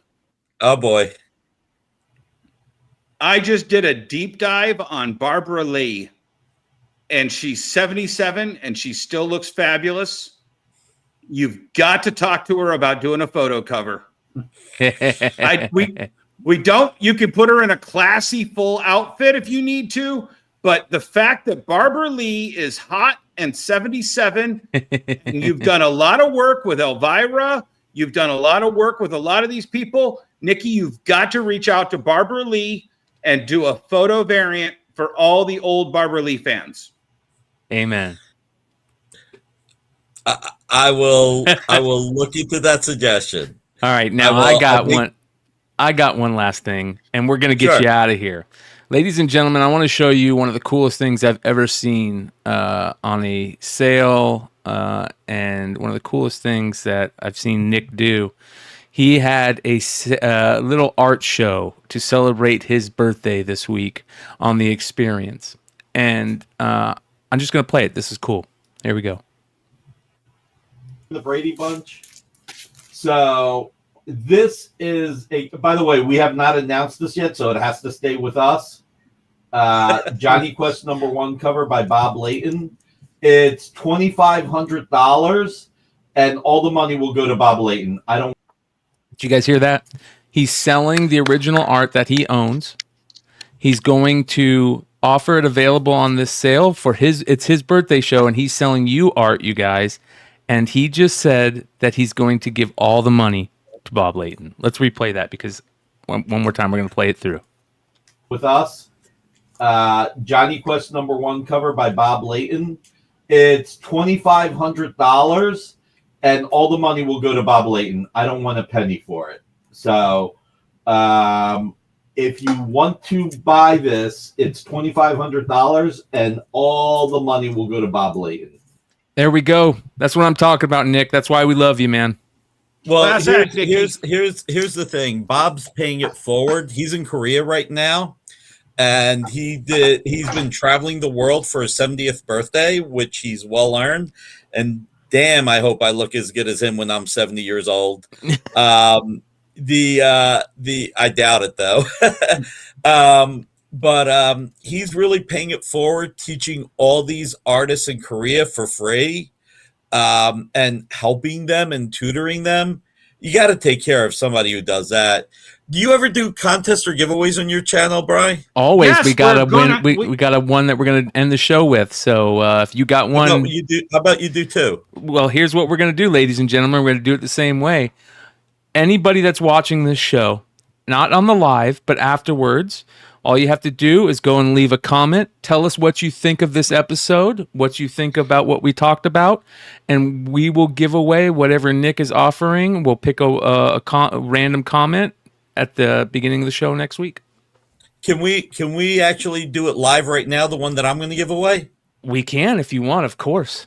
Give me a minute. All right, so while he's going and doing this, you guys, we are going to announce the winner for last week's giveaway, the John Tyler Christopher variants from Wonderworld. And here we go. So this is for last week's winner. Congratulations to, it's going to keep going and going, Jay Hoover West. He said, I loved JTC talking about the bearded guy helping diffuse the situation. And that's me. Yes, it is. So congratulations, Jay Hoover West. Contact us, get a hold of myself or Dennis, and we will get that sent out to you. And ladies and gentlemen, we're going to do something special tonight. Because Nikki's birthday and somebody out there is getting a prize. Yes, sir. Yes, sir. And then we're going to do it for one of my all-time favorite artists is John Romita Jr. So here's Peter Parker Spider-Man 92. This page of art that was my favorite period of time for that too. Oh my God. Nice. Got a Norman. Who's that? I can't remember if that's Tombstone or not. I think it's Tombstone. Okay. Ladies and gentlemen, look at this gorgeous art, and we're going to give it away. Who inked it? Who inked it? Scott Hanna. Ah. All right. So here's how we do this, you guys. We're going to give you a couple of seconds to make a comment. There's 80 people watching live right now. If you are watching, put a comment in the live chat. You have 10 seconds. We'll give you 15 seconds to do it, and then we will pull a winner. While we're doing that, I want to say, Nick, thank you so much, man. We appreciate you, everything you do. You mean a lot to the comic community, and you mean a lot to us three guys over here. So again, thank you for jumping. Yeah, thank you for jumping on with us tonight. All right, you guys, get ready. Here we go. So this is about an $800 page of art, guys. This is about $800 right here. Oh my God. Here we go. The winner of this gorgeous piece of original art from Nick Barucci, who's giving you a present on his birthday, is... If I win, roll again. Okay. Because I comment in the chat. Stop. Don't stop on me. Look at that. Hey, there you go. Lefteros, congratulations. One of the amazing people in this community. And this is why, oh my God, goosebumps. That is amazing. Yeah. Congratulations, Lefteros. That is super cool. Nick, you're the best, man. Thank you so much. Look, I look at it like this. Yes, it's my birthday and everything, but these fans, they give me a gift every time they buy a Dynamite comic, anytime they buy any comic. So, Lefteros, make sure you get in touch so I can get your address. If you guys don't mind, I'm going to just say, everybody, check out www.dynamite.com. Check out what we're doing. Our Space Ghost #2, which we added the Joe Quesada cover to, went up almost 80% at FOC. The success of #1 really carried it.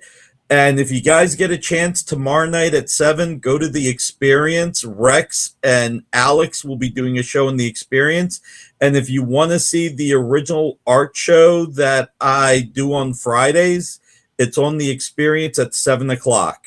And Nikki, but Nikki, don't sell yourself short. You're here on your birthday. Sorry about that. Go ahead.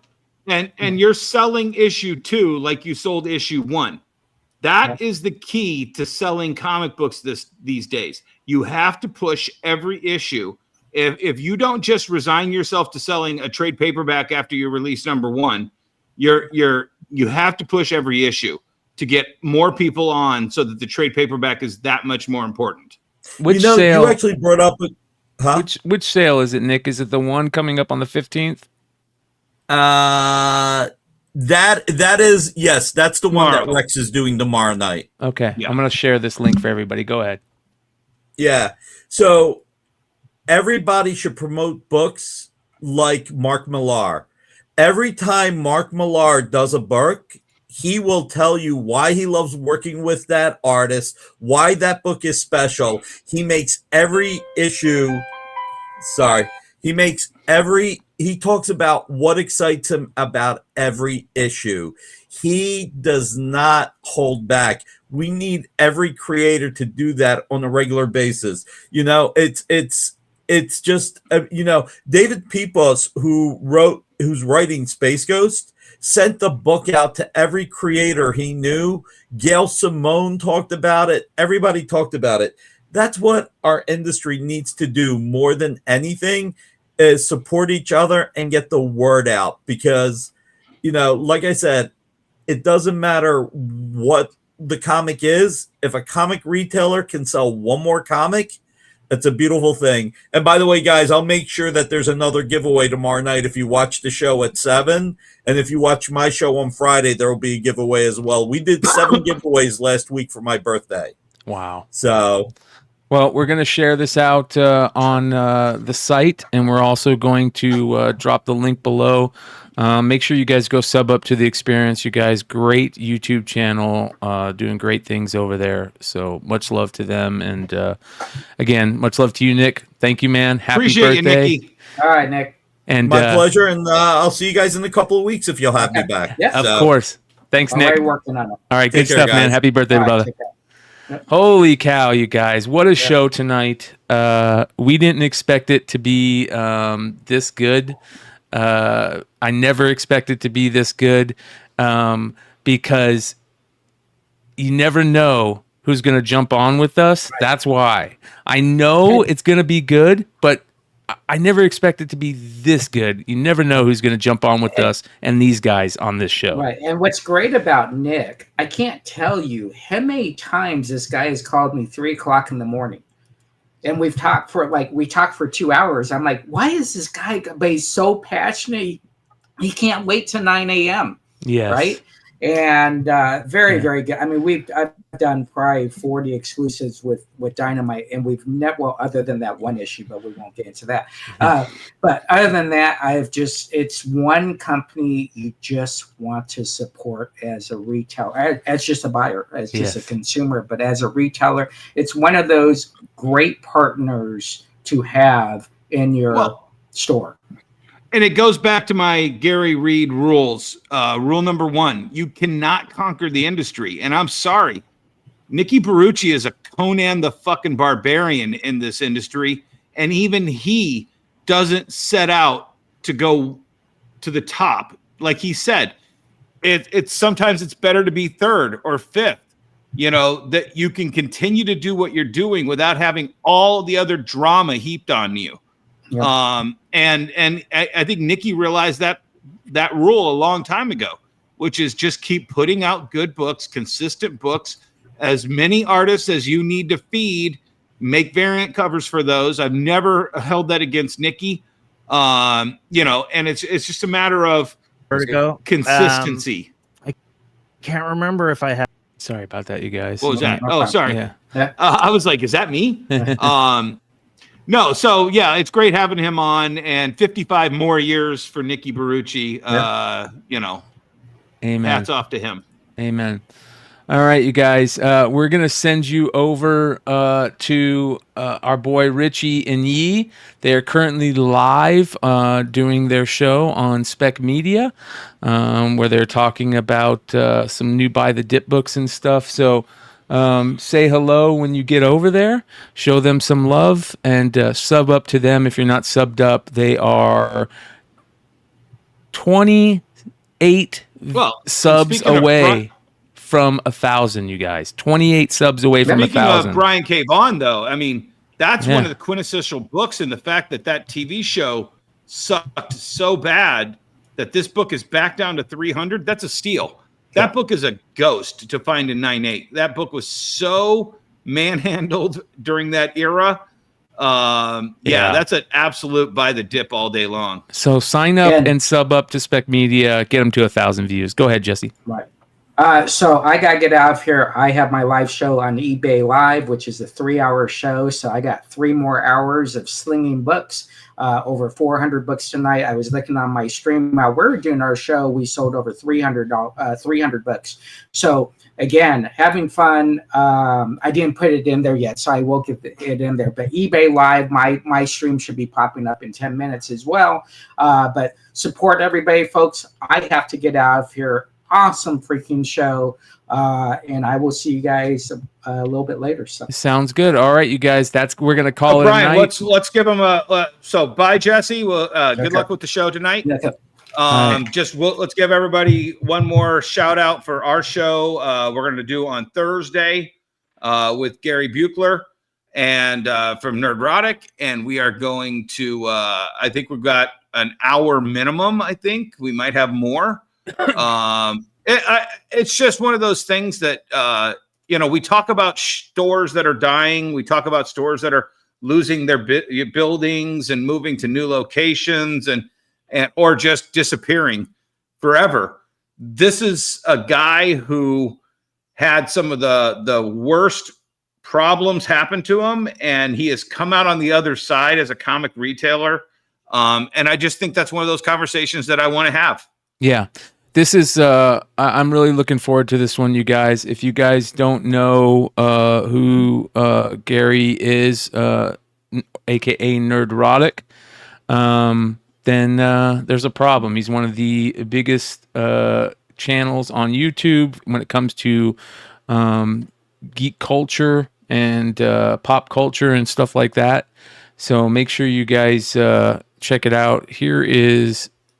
It's up. It's available. You guys can go hit the link and get notified whenever it. I don't know what's going on with the internet today, but it is up and it is available. And you can hit if you just go to the live shows, or you can check out this link. There's something going on with the internet here. All right, here we go. And like Dennis said, the guy has owned a comic book store.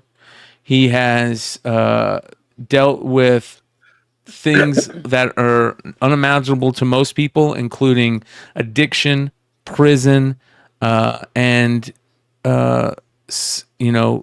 failure on multiple levels, only to come out to be super successful.